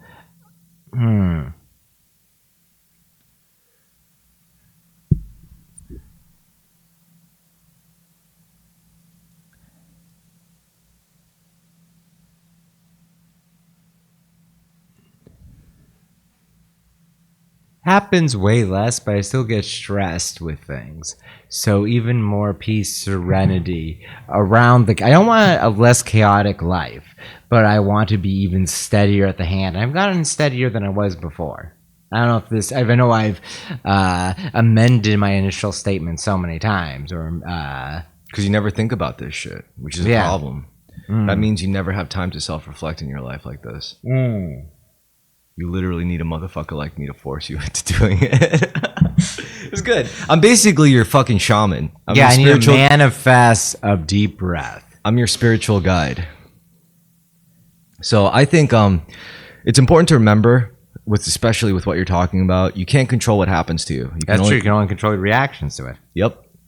And honestly, a lot of other people will be freaked out among many of the circumstances I encounter or things going on with me professionally, privately. And I've been very chill about it. And honestly, I'm still pretty chill about it. But there's some firmerness to it. You know what I like? All this stuff would have like chaos swirling all around me, and I am still self-reflective during it. So then shouldn't you be rewarded for that? Why aren't you being rewarded for that? Clearly, it's like you're not respecting your ability to be able to do that in those crazy situations. Otherwise, more people would see the value in that and reward you accordingly. But they're kind of just like walking all over your ability to do that for some reason. I don't. I greatly, know you don't. I greatly admire that ability, for you, because I couldn't identify with that. Yeah. I feel like if me and you were in like the most fucked up situations, we'd be pretty calm. Yes, actually. I'm more Both calm. of us have been in fucked up situations. Yeah, and we honestly, both are pretty calm. it's interesting. Fucked up situations, I'm more calm. When everything's like a nice day, nothing's going on, I'm just chill. That's when I Start losing it. yeah. Interesting. I'm definitely the kind of person that in more fucked up. Yeah, my pulse is elevated. Maybe I'm nervous, anxious, scared. Everything also comes into focus. But otherwise, I'm unfocused, and in those moments, I'm focused. Like, okay, this is what I have to do. Yeah. I know I keep going back to my work, but this is one of many things I like about it, why I'm so suited for it, is that like a very busy, crazy night at a bar, I'm better at my job. We should go to more jazz clubs. Yeah, I agree. We should do that next week because Yeah. this Friday is a little crazy. It's too close, yeah. And I have a birthday party to go to tomorrow. Yeah. We should do it next week. Yeah. So yeah, jazz clubs. I think that's a good it's a good thing to lean towards. Talk to people in the nightlife. Yeah. Yeah. So manifesting more peace. To do that, you just have to, I guess, react to it. React to your situations in a slightly different way Yeah. to get slightly different results. Manifesting more time. So being more efficient with the time you have working, make more use of the time that you have free. Doing things more efficiently so they take up less time to do. Yeah, and the only thing that gets in the way of all those things is other people. Yes.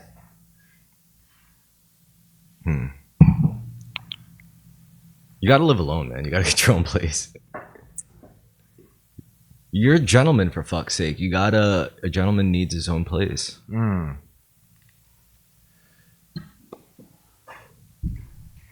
You've graduated past this fucking like this post college rebel bullshit New York City life. Like you're done with that. It was a lot of fun. I don't have many regrets. Of course not. There would be nothing to regret, really. You don't have kids. You don't have a divorce. You're fine. The only regret is I wish I had done a greater variety of things in that time.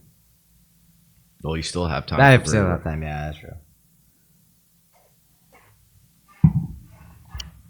Yeah, no, for sure. I don't know. I mean, I think Actually, I really don't have regrets.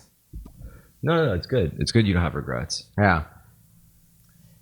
I'm just kind of at this point. I feel finally like my next steps are in focus. Like I know what I have to do. Which pretty much just involves like saying no to the right things, and then I'll be fine.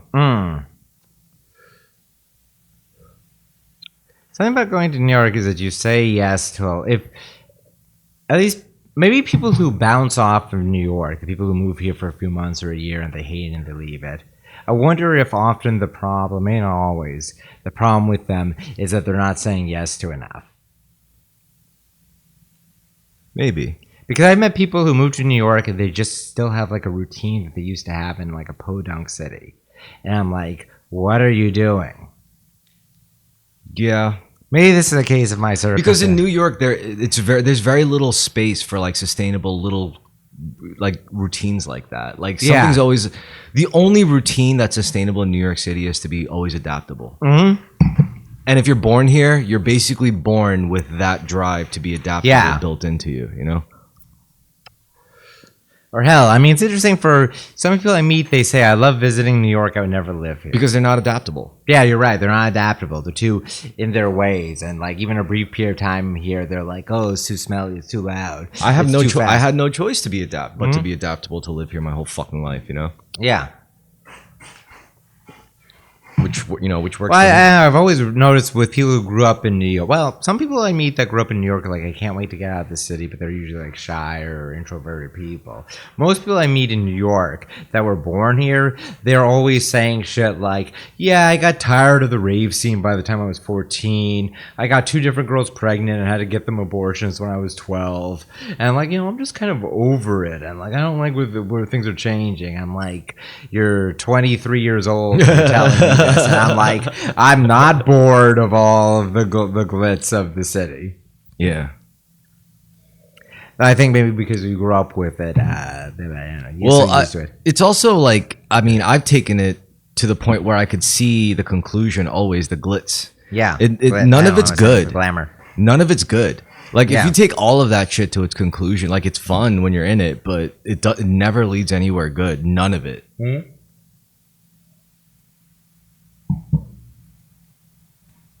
Like, seriously, none of it leads good. I literally, my job and like the people I work around, like I'm literally watching rich ass people just fall apart. Like even that wasn't enough. And I'm like, the only thing that saves anyone is probably God. Yeah. How many people in New York are actually living pretty like stable lives? Like how many of the immigrant community? I think about this a bunch because of my Queens job and both the people I meet, but also coworkers. I'm trying to think. Like my Latino coworkers are the various ethnics that even if they vote Democrat, they're pretty damn conservative. And they're always they'll go to local bars or whatever, but they won't see variety, different things in the city. Maybe it's a class, maybe it's I'll tell you this. The more they definitely have way more stable lives. So many people I work with are shocked at the mention of cocaine. And I'm like, but aren't you living in New York? I'll tell you this much. The more honest their line of work, the more fucked they're going to be financially. Like if they make an honest living working for an uncorrupt company or organization, just a regular good old American business, they're probably poor. They're probably not making money. However, the more corrupt, legally corrupt. I don't mean corrupt as in crime and violent crime and selling. No, I mean legally corrupt as in you work for health insurance or you work as a fucking defense attorney for criminals, or you work as a loan shark, or you work at these jobs payday loan distributors, or you work fucking facilitating gambling apps, shit like that. The more wholesome your line of work is, the less you're probably going to be making, unless you add some crazy fucking social media twist with novelty to it. But even that's corrupting it, So it's that's what I would say is the more honest your line of work in America, I would say the more honest your line of work, the more fucked you're going to be. This is why I'm able to live so comfortably. It's because I work within the confines of a fucked industry, but my specific job is just so administrative, so banal that no one would care. It's if you, it's basically working for a secretary for Palantir. Everyone would look at that company and be they're so evil, and yet they're one of the most successful fucking corporations right now, getting a lot of contracts left and right. People are eating off of it. Same with health insurance companies and shit.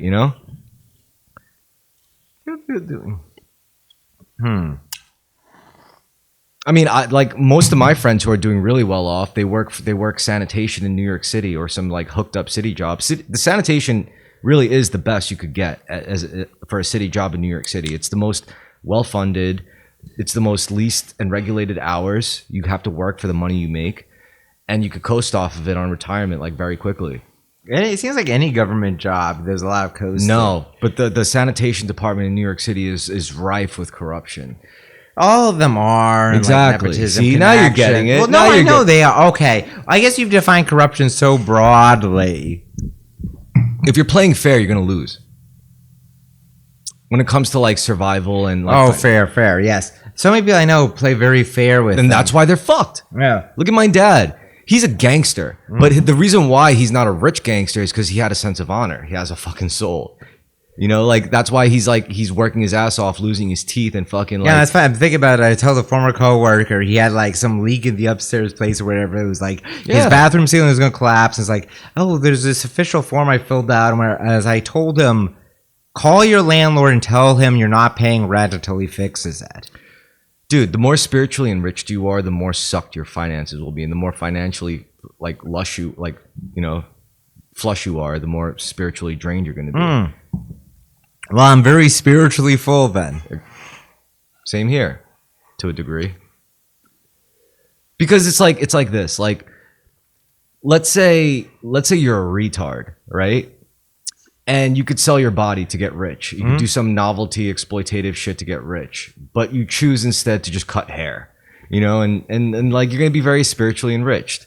Let's say you're a fucking math genius, right? And you could either work for like fucking Lockheed Martin to help develop like fucking, you know, like people killing weapons, or you could work at a university and try to change people's lives by, you know, by transcending their understanding of mathematics, you know, or by helping people get an academic gig. That's pretty good. But no, not all. It's actually pretty terrible. Academic market's terrible. Jobs are very difficult to do. You know what I'm fucking saying, right? Yeah. Like, okay, that's all I'm saying. It's like it's just what it is. Like, people who like stability comes with money, and in this world, which is why, like, I don't know, I on a moral level, like, yeah, I get leftist. It's like agreeing with vegans on a moral level, but the way you're going about it doesn't really justify it. You Think about leftists that they complain about. The leftist greatest sin is that they treat people as a means. Not everyone should be treated as an ends. Whether you're a capitalist or a leftist, leftists don't understand that. They end up inevitably treating people as a means, regardless of who they are. You can't do that. Same with my big issue with leftists, at least in my anecdotal personal experience, is that they're so often downwardly mobile, upper middle class people, and being raised poor by an eccentric libertarian, I'm more used to thriving in low end situations than they are, or like I can just spend less than they do. It's like when you say like we don't have enough, I'm like these things should be subsidized. The rich have too much. I'm like I feel tremendously wealthy. I feel like my material needs are met, and then some. Yeah, that's because is this so relevant? What? That's because you value experiences more than stability and predictability. That's a fair point too. You're not as risk averse, and that's another aspect. That's another quality of leftism, which is why a lot of leftists aren't creative either. They're really bad at making art. It's because leftists by nature are risk averse, which is also why a lot of leftists are traumatized because they ate so much unjust shit. It feels like everyone's like very risk averse, with limited exceptions. Conservatives definitely are risk averse. There's a ton of people in middle America who are very risk. No, they're not. The whole point of being conservative is to facilitate an environment where you could take like calculated risks in a safer way. Leftists are the losers. They don't even have the luxury to like take risks. That's why they're just saying like fuck the system altogether. Some of them are justified. Some of them are, as you explained, just they don't know how to play their cards right. But you can't be creative if you're risk averse. That's the thing, which is why traumatized people honestly make terrible artists. I mean, if you were formerly traumatized and then got over it, and then you pursued like creative pursuits, then yeah.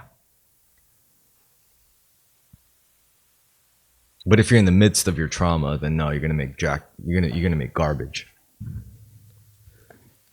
Art takes a balance of chaos and order. Very true. It's all the stuff about the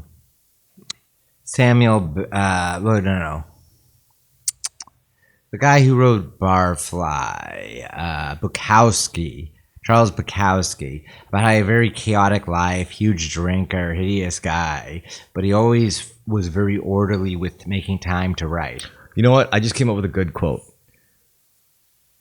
The amount of chaos you're able to suffer through in your younger years is the amount of order you buy yourself in your later years. Oh, I hope that's true.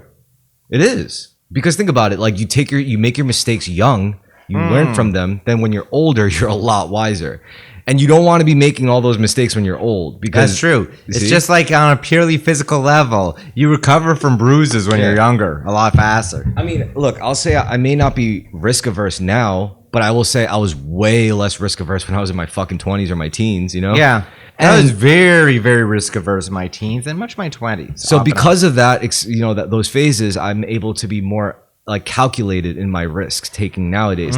Now, backtrack to my younger years, if I was always strictly risk averse, never took risks, never made mistakes, never ate shit, then I would have been the same exact way in 30, and I probably would have been, I don't know, too afraid to do anything. I mean, which is a problem, because back in like, say, like the 90s or even the early 2000s, you were able to make a decent living by being a risk averse person. Yeah. Now you cannot afford that. You can't afford to not take, because our economy just happened to get so fucked, where like the middle class is getting so squeezed down to like, and so compressed, you cannot even afford to not take risks. You can't afford to take big risks, and you can't afford to not take risks. That's the position we're in.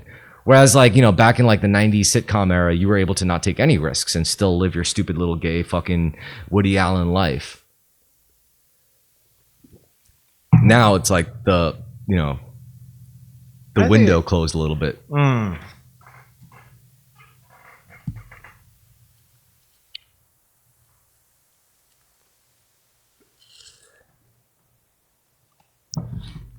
I was thinking more in terms of the cliches about how you had a path you could follow, you could have a steady job or whatever, and now you don't even have that. Yeah.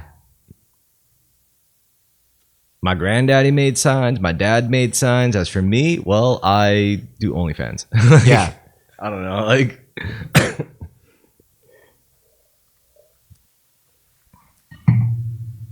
there's a separate dynamic at play of the diner goth, hollowed out middle America, but I digress.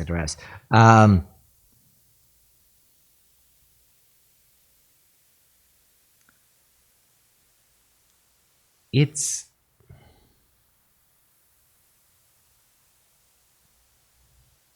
the world is, I know, rapidly changing. I'm just going to speak in cliches about how it's rapidly changing.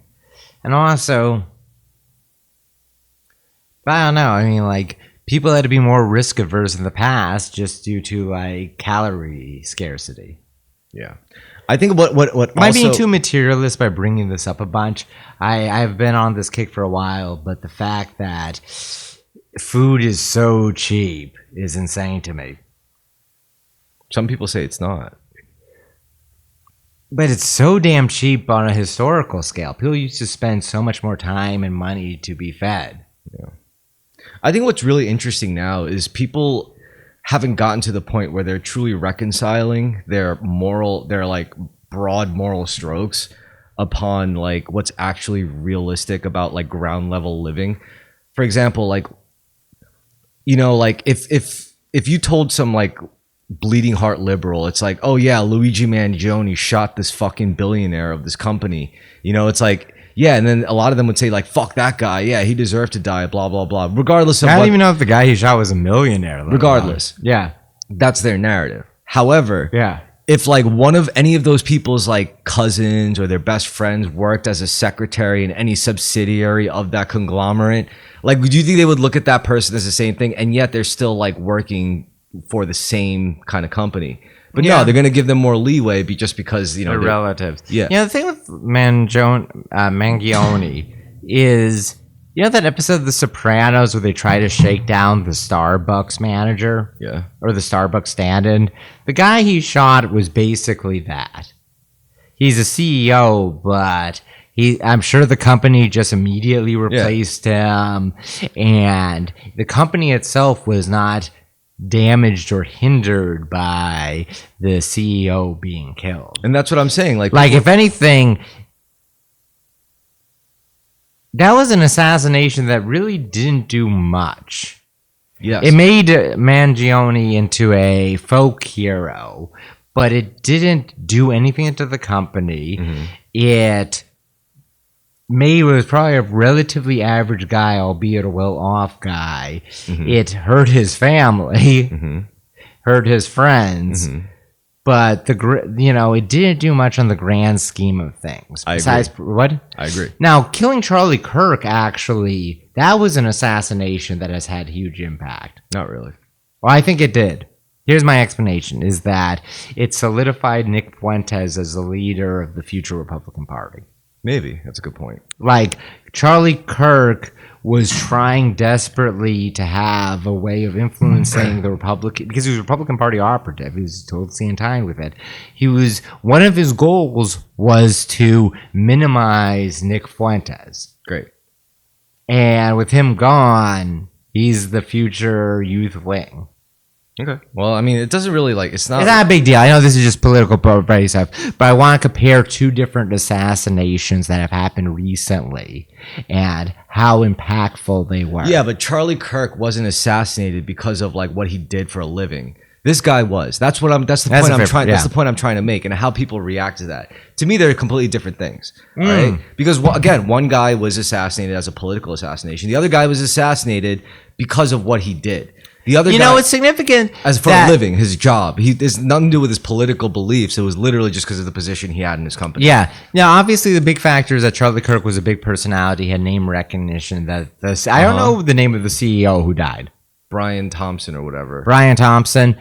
Do you know the name? It's like Tyler Robinson, right? Yeah. Like most people, it's interesting. Why I want to make this contrast is that with Mangione, the main character of that story is him, the assassin. Mm-hmm. With the assassin of with Charlie Kirk's assassination, the main character is Charlie Kirk. Okay, so comparisons of those two assassinations aside, what I'm saying is people celebrated the death of Brian Thompson not because of his political beliefs, but because of just what he did for the company that he did.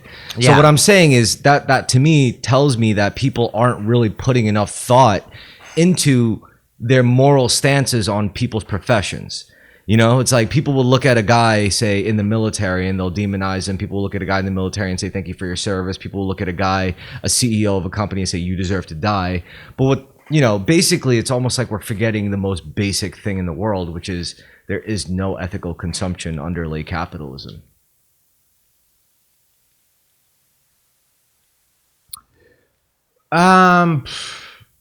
It's basic. I mean, don't let all this fucking all these abstractions distract you from that basic that much. Whatever fucking communist came up with that, was it Marx? No, it's whatever fucking dude came up with that. There's no ethical consumption under lay capitalism. That's just a hard line. Yes, it is. It is fucking true. Like what factory farming certainly of meat is cruel to the animals, but where's the cruelty in what? Prostitution? No. In growing potatoes, where's the cruelty? Is it the migrant labor? Is it pesticides? I think the cruelty is in commercializing all farming as an industry. What, the monopoly of it? Yeah, that's pretty cruel. I don't know. People hate farming. Like when you can escape it, you can. So we did escape farming. Yeah. I don't think it's a big deal that you have agricultural big corporations, maybe monopolies or whatever. You know why that's a problem? Why? Because when it's those entities, commercial entities that control farming, the farming industry, their incentive isn't to feed people in a healthy way. Their incentive is to sell more. Is to sell more and more and more and more and more, which is why we have an obesity issue. Ever since we learned to 10x our crop yield, we literally got to a point where commercial entities who had to make a profit spent too much money producing too much food. It's bad to be obese, but it's better to be obese than starving. I'm saying eating a lot of any food is unethical, pretty much, because it's literally backing companies that do not give a fuck about us and only care about exploiting us. I'm glad that we have big agricultural companies as opposed to subsistence farming. Well, great, me too. I'm just saying that doesn't make it ethical. Was it more ethical before? I mean, everything was less ethical since everything had a capitalist agenda. Were things... This might be... I think... It might not be ethical, but I feel like it's more ethical than a lot of things. First of all, go ahead. By the time things started getting industrialized, whether or not your consumption was ethical or not wasn't even a fucking issue. Because fact you're is- desperate to. But the fact is, things started getting industrialized. Abundance started becoming more common. Therefore, your consumption ethics was more of an issue. I mean, if everyone's in survival mode, who gives a fuck what their ethics are? Yeah. You just care about surviving. But when more and more people can survive through industrialized production, suddenly your consumption becomes ethical or unethical, you know? And that kind of creates its own problem, and it's reinforcing itself through the propagation of the system of capitalism and industrialization. Right, the Ted Kaczynski line. Basically, they hijacked abundance, the idea of abundance, to the point where the only way to get it is to do some heinous shit in one way or another, or to support heinous shit in one way or another. I mean, there's no abundance without industrialization. I think the only ethical solution to live in a capitalist world is to just survive. Do not try to get rich. Do not try to be poor. Do not try to be a monk. Do not try to be a billionaire. Just be adaptable. Yeah. Like whether you live in a world where money rules everything, whether you live in a world where time rules everything, whether you live in a world where community means everything, just be adaptable. Do not be a slave to one dynamic over the other, one paradigm over the other. Things are rapidly changing, have been rapidly changing since the Industrial Revolution. And adaptability has for the last 150 years, Maybe 200 thousands. years. What? Maybe thousands of years. I don't know if adaptability mattered that much throughout most of human history. Really? People Maybe live if you very traveled, maybe if you were a part of a tribe or a civilization that was nomadic, adaptability is probably more important. But the nomadic tribes are the ones that killed all the non-nomadic tribes. Yeah, they did. Because they just came and it's like, yo, we know more than you. We're just gonna fucking wipe you out now. Well, often they could even be wiping out people that knew less than them.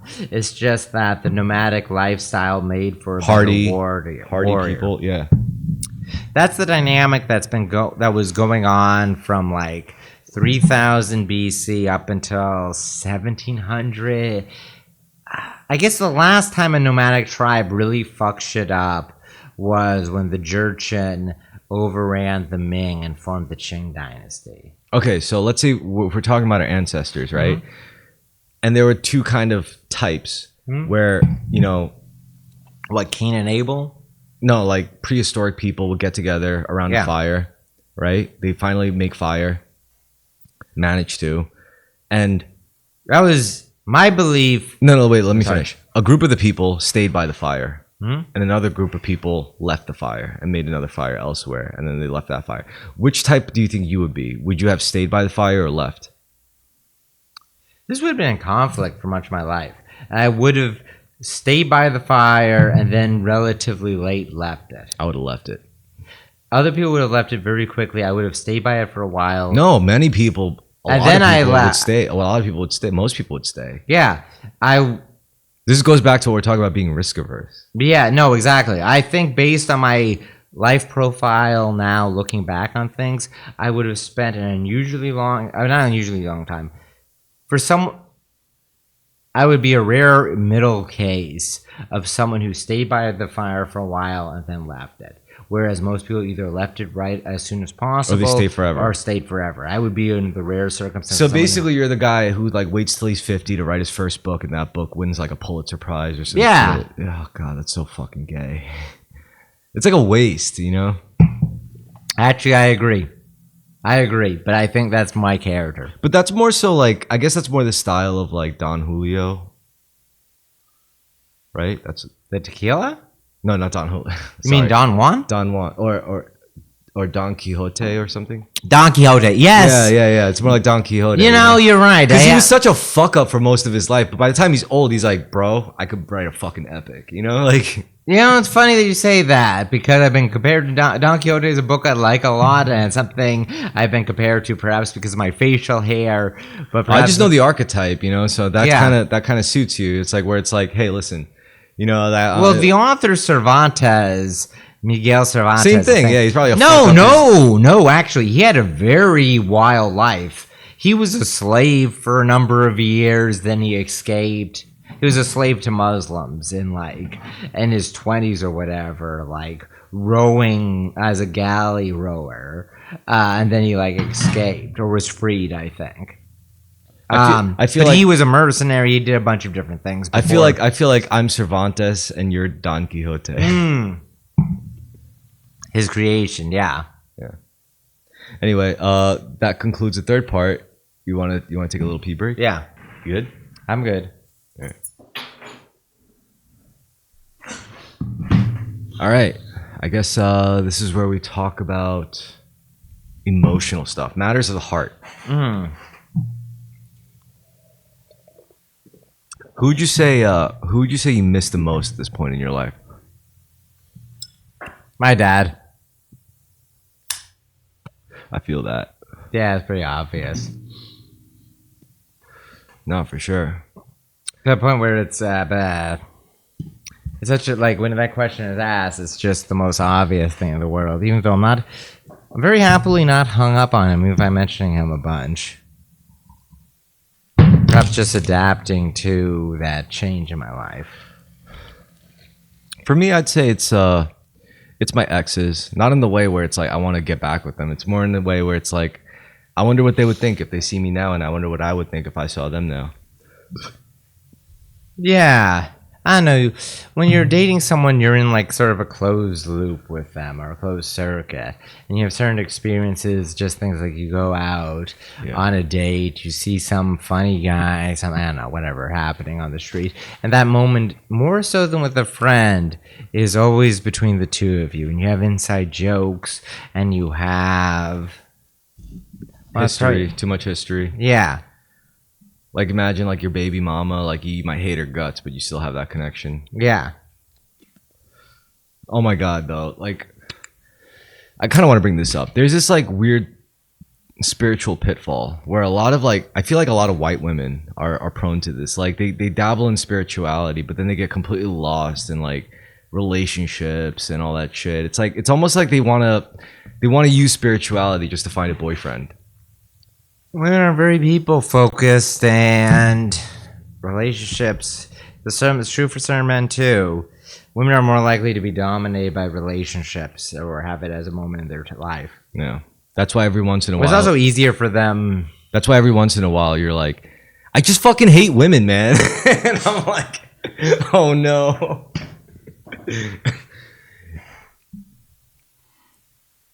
It's such an empathetic. It's a statement I could empathize with. Well, both men and women hate women. Or are you talking about you, as in referring to me in particular, or are you referring to you as in like everyone or the general?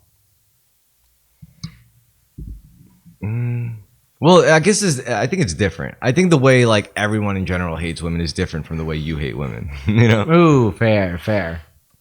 I think you hate women for more like justifiable reasons than for like most people hate women, you know? Interesting. You want to clarify? You want to elaborate on that? Well, I think like if like 90% of the people who hate women told a woman why they hate women, a woman would just like roll their eyes and scoff. Whereas if you told a woman the reasons why you sometimes hate women, they would just be like, they would nod solemnly and be like, yeah, I get it. I don't know what that means. Maybe it means you have a greater insight on reasons why women aren't the best. But then, you know, I feel like... men aren't the best in a lot of ways. Men do a lot of things. Yeah, exactly. You're the first one to say that too, so it is what it is. I mean, men and women are just very different. It's not like one's better than the other. It's just that... All I'm saying is like, all right, women get into spirituality. They try to work astrology, tarot, fucking twin flames to try to find the perfect guy and whatever. Whereas a guy finds spirituality and he's like, yo, I'm pretty sure if we like distill our piss for years and years, we can make the Philosopher's Stone. Well, or I'm pretty sure if we write sigils here, we could summon demons. This is one of the biggest actual real differences between men and women. It's cliche, but women are interested in people and men are interested in things. It's like a man and a woman can both be interested in spirituality, but they're going down. They're using the same tools. Or if anything, it's more pronounced with spirituality. Yeah, I can see that. Yeah. Whereas materialism, it's like men and women are more on an even playing field, if anything. I mean, like an example I read from Steve Saylor was there's a disproportionate number of doctors and medical science biologists who are women. and physics is disproportionately Men. male. But there is and also- I think that's very true, that a very smart woman wants to use her intelligence to help people. But that there's a possibility that to be more socially oriented could also be a detriment to higher intelligence. But it could also safeguard you from like massive drops in intellectual behavior. For example, you know what's her face? That really smart feminist lady. She was like Camille Paglia? yeah, she basically said there are no male Mozarts. Yeah, there are no no female male- Mozarts because there's no female Jack the Rippers. Yeah, and very maybe that true. has a lot to do with it. You know, It is. It's the greater male variability. There's generally more This mentally... goes back to risk aversion. Yeah, you know? Yeah. There's more men who are mentally disabled than women, and there are more male geniuses. Of course, yeah, that makes sense.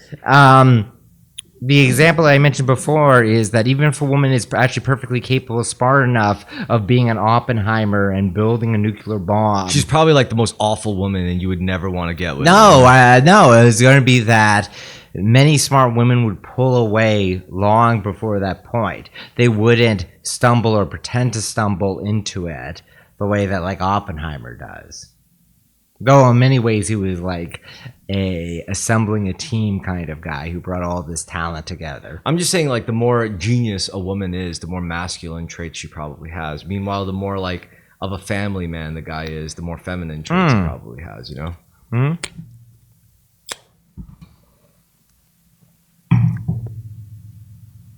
Which is not to discourage women from like pursuing like genius pursuits and guys from pursuing more like communal and family oriented pursuits. That's fine. You know, I think I like that shit. It adds diversity, you know?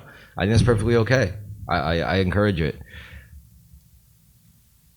Just don't be surprised, you know, like don't be like the woman physicist who laments about why she can't find a husband, and don't be like the family. I know, if you're a woman physicist, you actually probably have an easy time finding a husband. You probably have an easy time finding a husband. At least You won't have an easy time finding a husband you'll respect, though. I don't know if that's true. Yes, it is. If you're not attracted to other physicists, yes. It's an intellectual thing. Like, no matter who you are, whether you're man, woman, if you date a person, if you marry a person who's just like less intelligent than you, you're just not going to respect them as much as they respect you.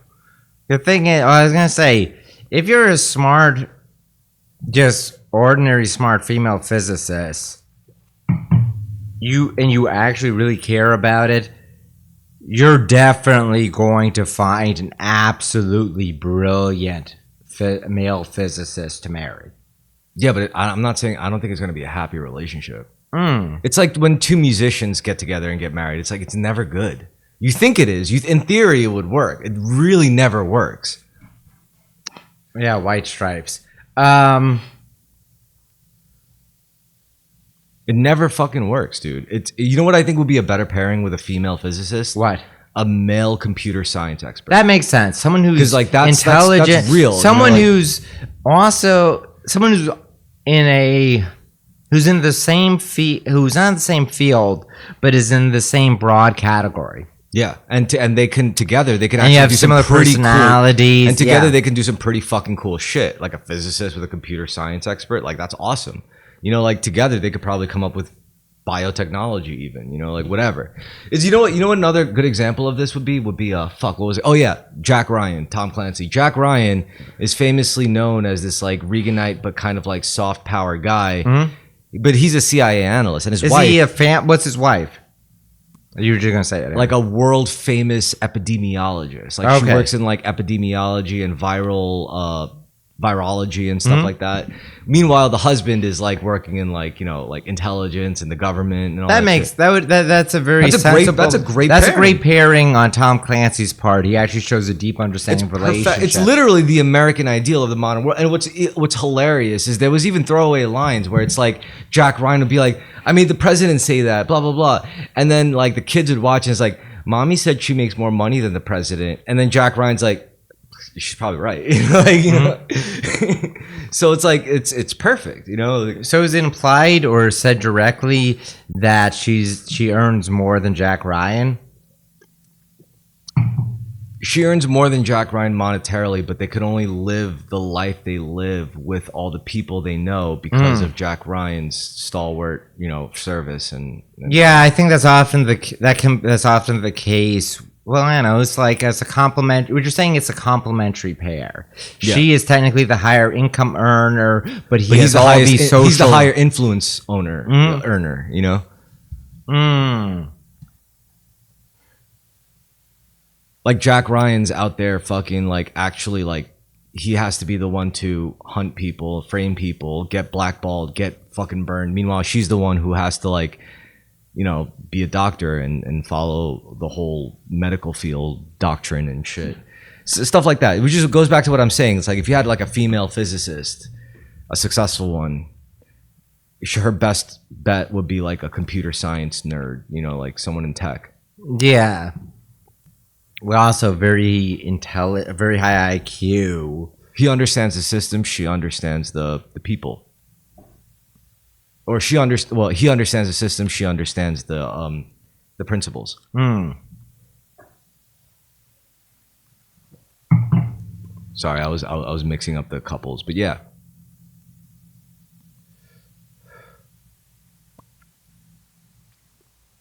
Like, what do you think would be the ideal wife for a rabbi?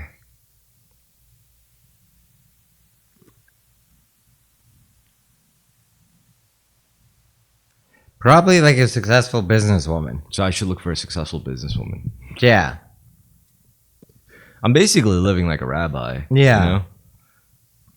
Like, I'm not gambling. Like, I mean, I'm also making trafficking in stereotypes, cliches here, but yeah, like if he's that spiritually focused or that community focused as like a spiritual leader. I am community focused. Yeah. Yeah, because someone who's enabling that. But it's basically you need a spiritualist who understands the importance of business and a business person who understands the importance of spirituality.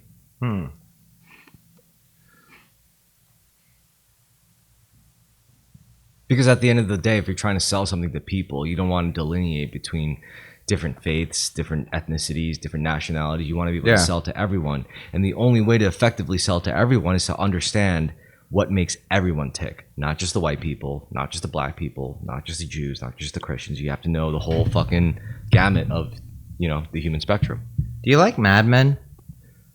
Yeah. I was just thinking now about the first mistress he has, the Jewish woman who's like the heiress to a department store, I think. Is that it? Yeah, and she was like, I understand the importance of Israel. Yeah. As a Jewish American woman. Yeah, and I get it. But actually, bringing up Mad Men kind of makes me remember this other thought I had where I was saying how like New York City is not run by politicians. New York City is run by gangsters. And gangsters to politicians would be like comparing an intelligence operative to a corporate exec. One follows rules. They have to. Yeah. They gain their power from following rules. The other one does not.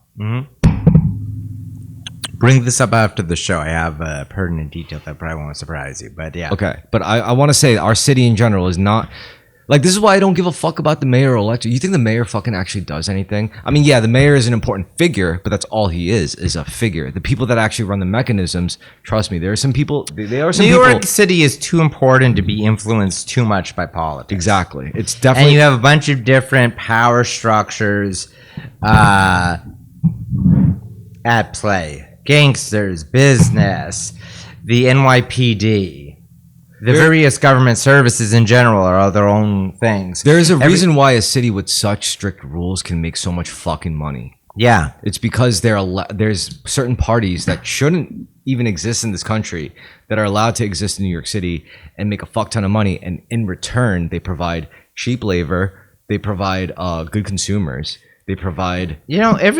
many businesses in New York, not all, but plenty of kind of less sexy businesses, let's say, are run by ethnic cartels. Yes. Like, white barbers are overwhelmingly Buharans. Do you know what a Buharan is? Bukharan, like the brown Jews from the Bingo, yeah. And I was talking to my barber, and he was like, "Yeah, the white barbers. all barbers are Bukharian, by the way, which is funny. What? This one girl I was hooking up with, she was Yeah. like this, well-to-do chick. She was working for Etsy, and she wore like a chain with a scissor with a shear, Yeah. like a pair of shears as a pendant. And I'm like, "What's that for?" And she's like, "Oh, it's like for my family because my family is all barbers." And she's Bukharian. Yeah. Yeah. And she was like, "Yo, if you could cut hair, you'll never go hungry." Yeah, that's what they all say. Yeah, it's interesting. Or like so many different businesses, different types of fresh. Obviously, there's some things are obvious with Indian restaurants being run by Indians, whatever. But others more maybe surprising, maybe not surprising. All the Italian restaurants are run by Albanians. Yeah. Or many of them are. Yeah.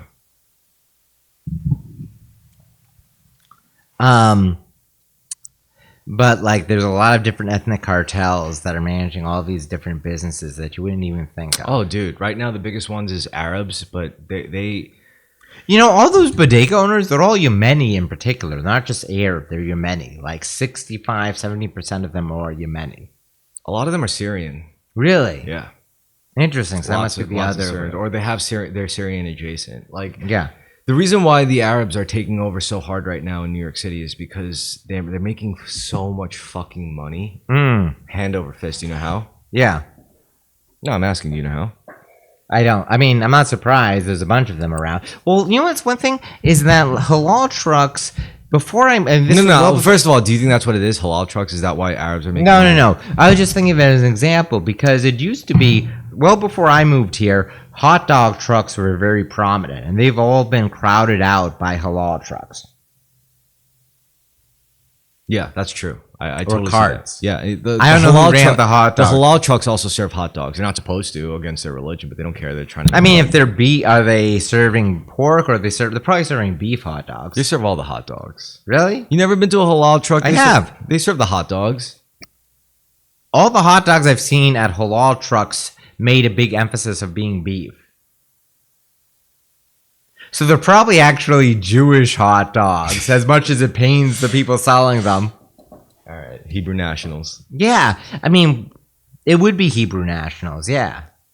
Yeah, That in and of itself probably is a subtle, interesting cultural change that... of course. I mean, but I don't know. It's worth I don't know. investigating. That's worth investigating, yeah. Because maybe before, when it's hot dog truck focused, maybe it was still kosher anyway. But that's not why the Arabs are making so much money as of lately. Why? What is it? Two words: delis and weed. That makes sense. Yeah. Dude, those places you are don't both. you don't yes, every understand- time I go into those places, it's those two people. You don't understand how. Imagine owning a deli, right? Mm-hmm. In like 2016, you were only making like so much, barely able to keep the doors open, and then suddenly you were able to sell weed out of your deli without getting arrested. Dude, we're talking like 10x revenue. A lot of the delis, It's a lot of the insanity, smoke dude. shops. It's crazy. A lot of the smoke shops are fronts.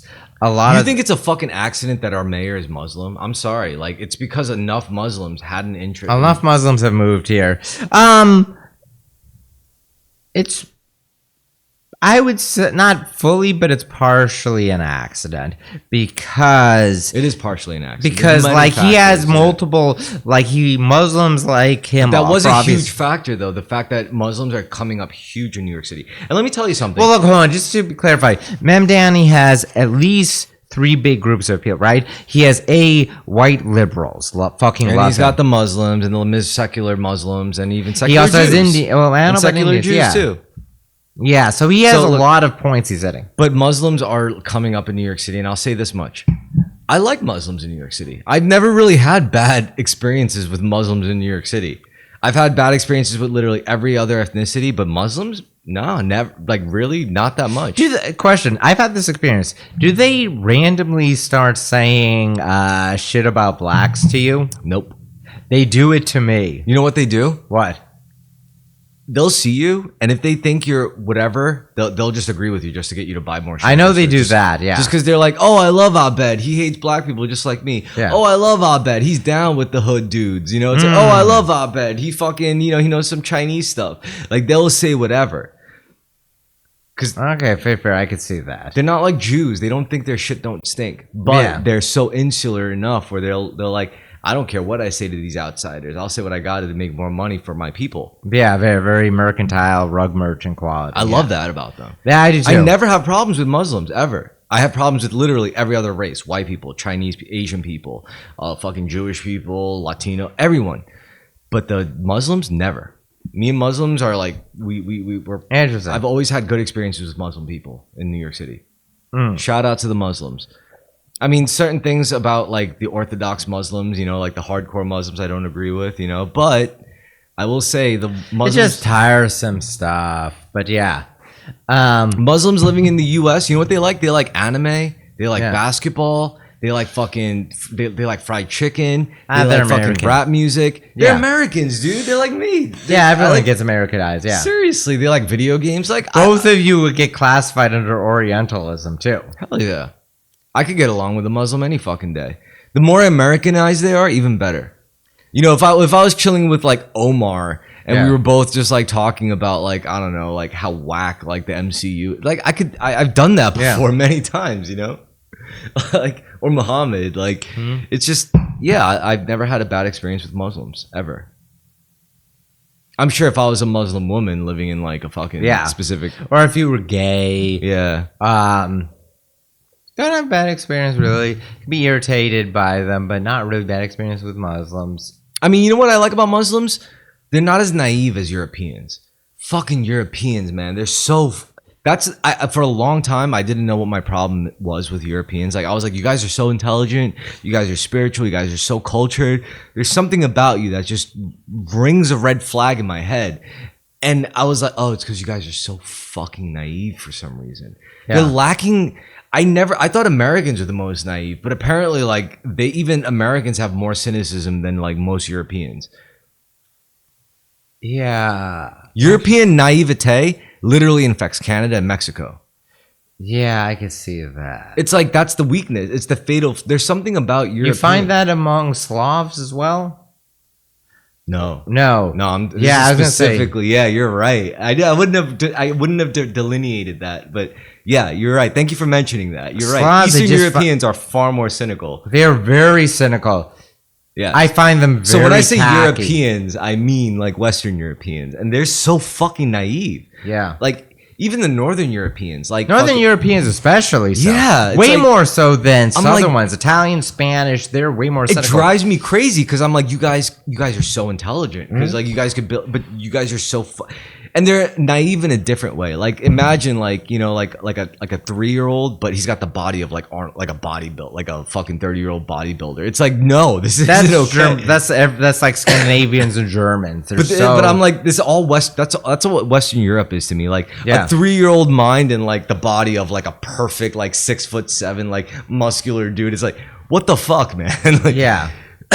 no wonder why this is such a problem. You know what Like, my big complaint is with Eastern Europeans is how fucking tacky they are. I don't know if that's a good point. that really they probably Because pick you know up on why? it. It's because they're so fucking cynical that they've lost all value for like aesthetic. You know, it's the same problem with Chinese people. The only exception, by the way, forgive me, but the only exception, can you guess it? Balkans? Like Russian Jews or Eastern European Jews, they could be they can be stodgy or whatever, but they're not tacky in the way that that Gentile Eastern Europeans are. And you're right also about Muslims and what were you gonna say, Chinese? Yeah. The tackiness is so Because they're so fucking cynical. they're so cynical and so materialistic. Yep. Like we were at that mall or whatever, and we saw that nightclub or whatever, and like the black and gold. And I don't know if you remember this, but I was immediately viscerally disgusted. Yeah. They probably fucking I don't know what they think. Like where you're like head to toe in Armani Exchange, but your shoes are like beat fucking sneakers so that you could go clubbing all night, you know? Like oh god, the whole thing, or like the places they go to, it just like the color Pasha, schemes. baby. yeah. That's what cynicism gets you. Yeah. But naivete gets you like fucking solid aesthetics, but like hanging out with you in person is like, I cannot talk to you for more than 30 minutes, man. You got to have a balance. This is where I come in. Yeah. Like, You got to balance out the cynicism with the naivete. And I learned that from, I didn't originate that. It was from my father. Yeah. I felt like growing up, my father, it's like, you know, like I would see like people who were way too naive or people who were way too cynical. And then I was like, who's the model that like makes me like react so adversely to these things? This overstepping. It's my dad. Because my dad was always like that. He was always like, he was naive. I shouldn't say naive. I should say sincere at this point. He was sincere about certain things and realistic about others. That's basically like saying like the opposite of being too naive or too cynical, you know? My dad had impeccable aesthetic taste. That means he's pretty like way too sincere and way too naive. It wasn't naive. Maybe he wasn't. Maybe he was needlessly paranoid, but he was very sincere, and his aesthetics were very on point. He could always like immediately point out where something was wrongly placed. And he did take a pride in being like a working class guy who knew how. My dad was interested in feng shui, and my dad was a huge weeaboo. So he didn't, not anime, but like, as befitting a boomer. But he was very big on like proper arrangement. Yeah. So if you gave me like the money for it, right? And you asked me like you gave me a job to do and I had to book a hotel, I'd be like, all right, give me a hotel on the 7th floor facing the northern wall, where the window's facing the north side. Just because I would have the means to, and I care about that shit. However, if I was doing a job where I was forced to, like, I need you to sleep in like a tent in a refugee camp for like 6 nights, maybe a month, and the payoff would be like $30,000 for like 4 weeks worth, I would fucking do that shit. Yeah, of course. Yeah, I'll be like, so it's like I pride myself, again, this goes back to adaptability, variability. Let's shake on that, man. Adapt. Let's drink to that, dude. To adaptability. Cheers. To fucking adaptability, man. Because I could say like you and I, because I could, if I had to spend like a week in a penthouse, also a week in a refugee camp, there's no one I'd want with me. That's true. I feel the exact same way about it. You're right. It's just like, this is a circumstance. It's like in a penthouse, you'd be like, yo, you want to get some shrimp cocktail? Oh wait, you don't need shrimp. Haha. You want to go get some. But you're correct that immediately, if I was in a penthouse, the first thing I would do is like, okay, let's grab some alcohol. Yeah. And then, but if we were in a refugee camp, it's like, all right, let's find some water. Let's find some drinkable water, bro. Like, So this is why I like doing the podcast with you, because I know if I was, again, like living lavishly, or we end up like having to spend time in a refugee camp, I could trust to be with you. Also, if we both got arrested and like cops were like, that whole game theory situation. Yeah, prisoner's dilemma. I know that. I would willingly take time for that. If I was like, I'm gonna trust in Carmen, and if I get burnt for that, I'll take that. No, I know. Would forgive myself for that. With you and I I would forgive myself if I got neither of us would defect. Yeah, because if I got burnt for not defecting from you, I wouldn't regret it. Yeah, same. I wouldn't regret it. So I'm like, all right, that's good. That's a good dynamic. So this is what you want, I guess. Because it's the thing is, it's like at this point, I'm like living as a dead man, as in like I know I'm gonna die. Like a samurai. Yeah, I'm not living as if like, oh, I'm gonna live forever. Like I'm living as if so I don't want to die like fucking over, like the people that you really shouldn't fuck over, in your life. And there's no one else in my life because everyone else, like, I don't know, has kids. They have justifiable biases. So me not trusting them has nothing to do with their moral character or them, as a person. It has more to do with just fate, I guess, Yeah. Destiny. I mean, even if you did have kids, we've already spent so much time where it's like, it would change things, but it wouldn't like change really like the priorities of the dynamic. I would just like swap your kids out with you. It's like, well, if Carmen dies but the kid survives, I'm pretty sure that's what Carmen would want as a father, so it's you're like, correct. I trust that much at least, Yeah. Same with this. Yeah. It's like, so all it would do is just, just like kind of shift it, but the dynamic, the shape stays the same. Yeah, that's really valuable.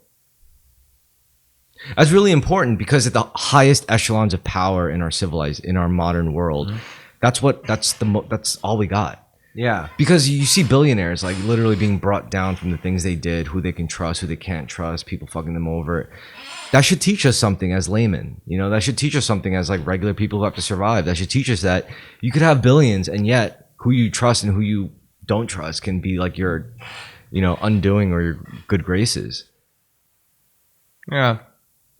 I don't feel strongly fixated on billionaires. I know a bunch of people do.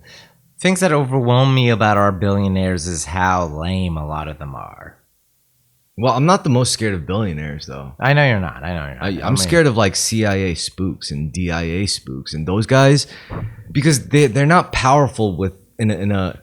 Remember what we said before? Like gangsters and politicians would be like intelligence operatives and corporate execs.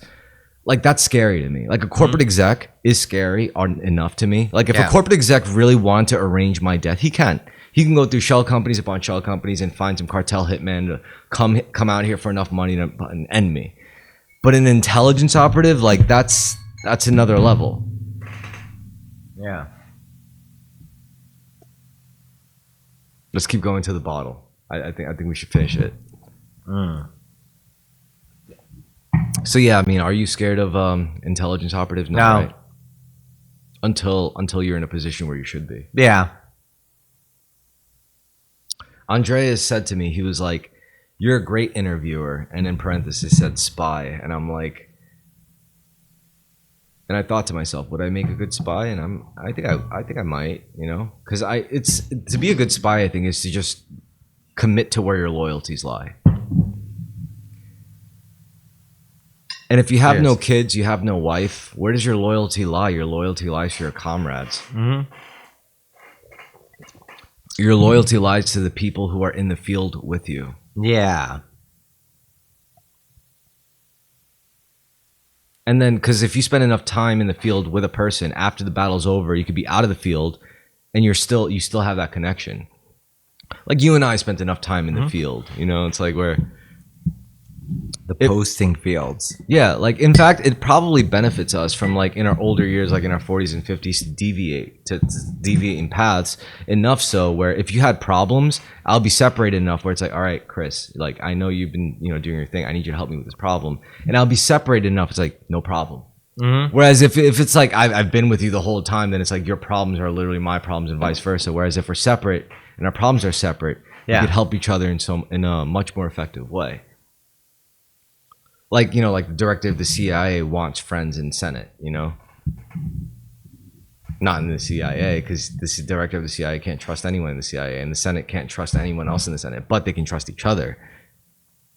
Yeah, this wraps back around to secret societies through fraternal organization, through male friendship. I mean, is it like, well, what's better, a fraternity, a secret society of like the highest order of cops in New York City, or a secret society of the highest cop, the highest priest in New York City, the highest rabbi, the highest fucking, like what if they got together and created their own society in New York City, just for the sole purpose of having a grip on the culture of the city?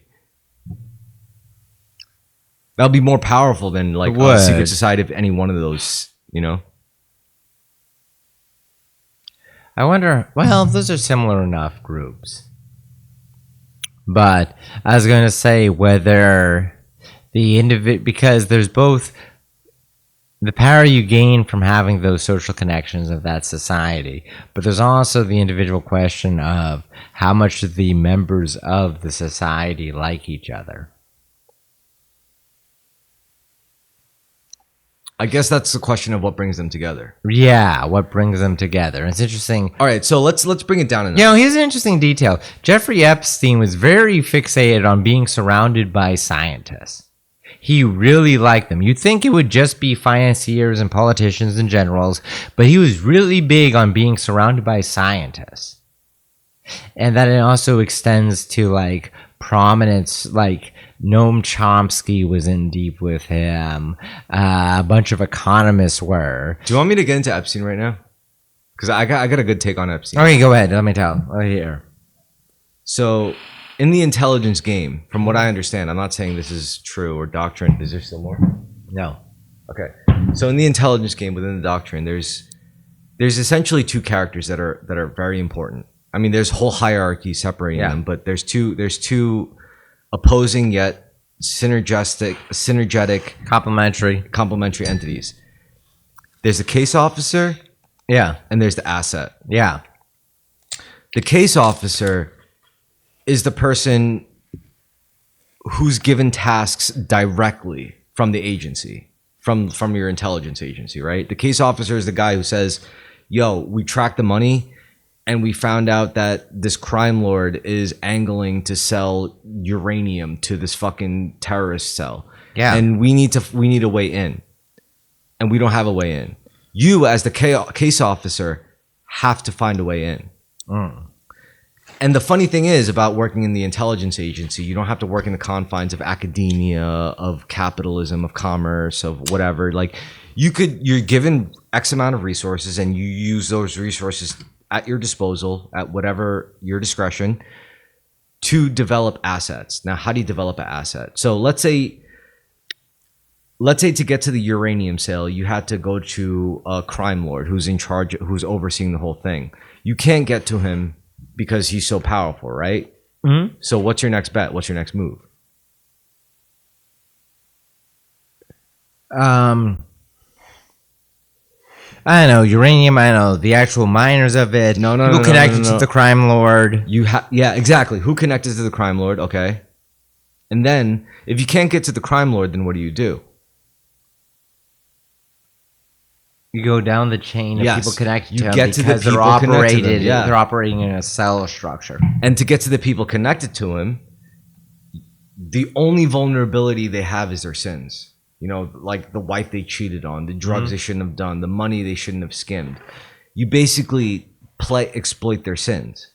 And once you do that, then you work your way up. You say, all right, you use that guy for intel. It's like, all right, when is your boss coming here? When is your boss there? And then once you get enough proof from your asset, it's all a game of exploitation, manipulation, blackmail. And Jeffrey Epstein happened to be an asset. I think that man was a developed asset. And through being an asset, he learned how to develop assets. And by the time, like, he was used up, because usually as an effective case officer, you can't have moral qualms about cutting your assets loose and just letting them die or get fucked up or getting arrested and spending their life in the gulag. Like, you can't be afraid of that, or killing them yourself sometimes, you know, because to tie up loose ends.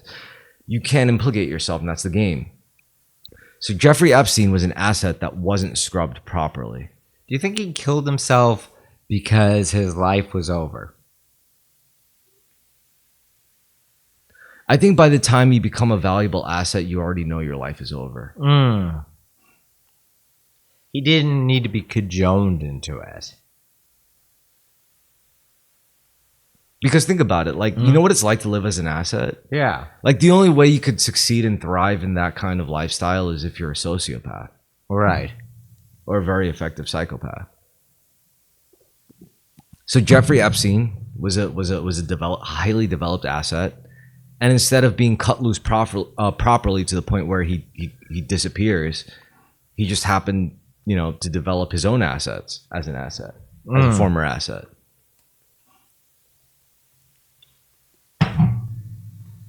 So that's what I think Epstein was. Yeah, seems that tracks. Was Ghislaine his case officer? Is Ghislaine? No, Ghislaine came into his life after he was already the renegade asset. After he became the renegade asset, he was doing his own thing. Ghislaine Maxwell had her own history. Ghislaine Maxwell, she was already the daughter of... Something Maxwell, Robert? Robert Maxwell, yeah. And he was a serious guy involved in all sorts of shady shit. Yeah, he was. He was an asset. Yeah. So basically, like, Ghislaine Maxwell and Epstein are both like children of the other side, of the slimy side of the intelligence game. Yeah. There's plenty of people like them. Usually they're made up of former CIA, former KGB, former BSD, former GRU, former IS, former Mossad. Yeah. It's serious shit. It's a serious game, because by the time you get to that point, it's like nobody can help you. There's no law, no government. You're persona non grata everywhere, you know? It's a crazy industry. I mean, it's not even an industry, it's a whole world. It's like a different reality from us, which tells us that our world is bullshit because their world is bullshit, but it's still more powerful than us. It's a crazy game of leverage. You're playing with souls at that point.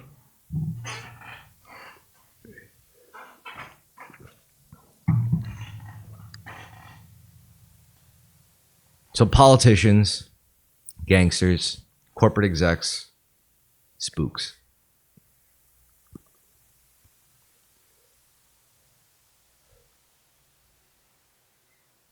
Now, I don't know why I'm so interested in their like tactics and their methodology, but it's so simple to me because I'm like, I see it, you know, like I see how people, because I'm a human being, right? And maybe it's just people don't like that part about themselves. Yeah. Maybe people don't like to imagine themselves as the guy that could be seduced by like a 14-year-old prostitute who we thought was 20. Maybe I think it's more like they were 18 based on what I've heard, but yeah. Maybe a guy doesn't want to picture himself as the guy who could be like caught taking a bribe from the wrong person. Maybe a guy doesn't want to see himself as the guy who could cheat on his wife. But, you know, like these are the facets of human nature that makes the intelligence, you know, industry go around. Like, it's a game of leverage. Leverage of the soul, of the psyche. It's like, I don't have to threaten your life, but if everyone knew that you were looking up like, you know, CP, you know, on like Onion, like Tor, you know, Tor browsers, like, is it worth living? You know, like. Well, if you're not facing legal consequences, a lot of people would still freak out, even without. Most people probably still freak out, even without legal consequences. Yeah. Maybe that's the whole thing about what cancel culture really was about the intelligence culture, like leaking out into the mainstream. Yeah, I think there's a lot to that. Actually, that's very insightful that cancel culture was like intelligence community tactics being applied on the scene. Well, it's used very broadly, right? Like you're describing, it's often used as a kind of like a cluster concept. But if we looked at the core of it and the root of those techniques and those tactics, it's intelligent agency tactics being used in local scene dynamics. Yes, where things that to a very good effect. Yeah, because there's no immune response to it. Yeah, there's no threat of death. It's just pure. There's no threat of death either. So if you don't like a guy, you want him out of your scene. Just don't talk to him. Because you got too much intelligence. Yeah, and you've actionable intelligence. Yeah. So this is why I think this stuff is worth learning. I mean, yeah. You look at how the CIA, the Mossad, the KGB, the BSD, the IS, see how they all operate. Like, it's serious business. It affects us because this is how now like the mainstream populace is acting. You know? Yeah. I think that's very insightful about how it's techniques used originally by intelligence filtering down, trickling down to people's individual social scenes. The blackmail game, the fucking cancel game. Yeah. Yeah. It's all leverage. It's all psychological leverage. Now, how do you win this game? How do you beat this game? Yeah. Well, it's not. Well, it's a lot easier actually on the lower levels. Dodging being canceled, as it were, within your local punk scene. I don't know if this is actually true. Is it easier than dodging it on the grand level? Well, let's take it to the extremes to that end. Like, what if you're in prison and people even get a hint of you being a child predator? Yeah. Like, even if there's a rumor, you're going to get stabbed. You're going to get your balls cut off and fed to you in like, you know, in prison. So what does that tell you? Like, it matters, you know? It does matter. Maybe it matters more on a lower level, actually. Your reputation matters. Guard it with your life. Yeah, it might matter more, actually, on a lower level. Yeah. Because you're unable to start new connections. You're not big enough to not fail, you know? Yeah.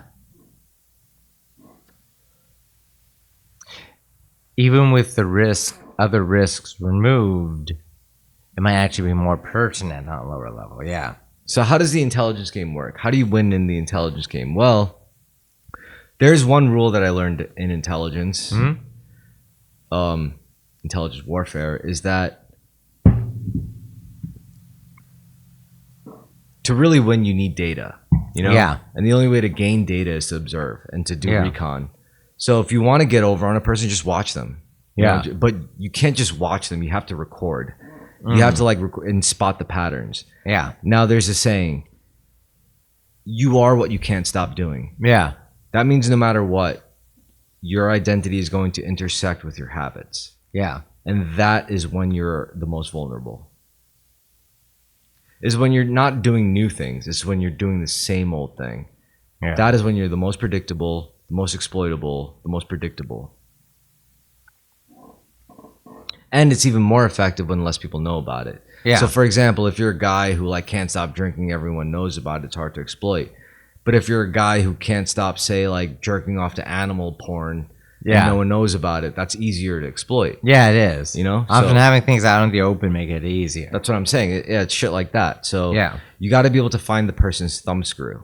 Yeah. And what's funny is that what's very interesting is it depends on the individual. It's like one person, like you could say like, you know, oh, I know that you jerk off to bestiality porn. They're like, fucking so? Meanwhile, another person's like, I know you jerk off to stepdaddy, stepdaughter porn. They're like, oh no, please don't tell my wife. Oh no, I'll do whatever you want. You know, Yeah. it's relative. Yeah.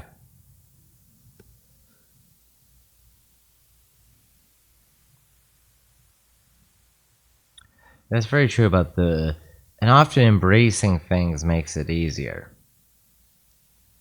And how do you do that? What makes it easier to embrace things?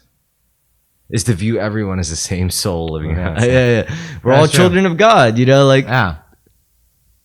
the only thing you could do is just do your best to not harm other children of God. That's it. Yeah, that's true. I mean, you could have whatever impulses you want as long as it's not harming other children of God. And Yeah. the funny part is, if you really took that logically and intellectually, it's like, I don't want to be fatter because it's going to take up more space for other people. I don't want to jerk off to child porn because it's going to harm children. Yeah. I don't want to jerk off to rape play because that's going to normalize rape. I don't want to fucking buy like shitty products because it's just going to normalize shitty products. You know, like Yeah. all sorts of things. Like, I don't want to like hate Jews because this, you know, Jews are just like me, really. Yeah. Yeah. So on that note, Yeah. On that note, Last we could, any closing statements? I don't. It is well into the AM hours. Try to think of one closing statement.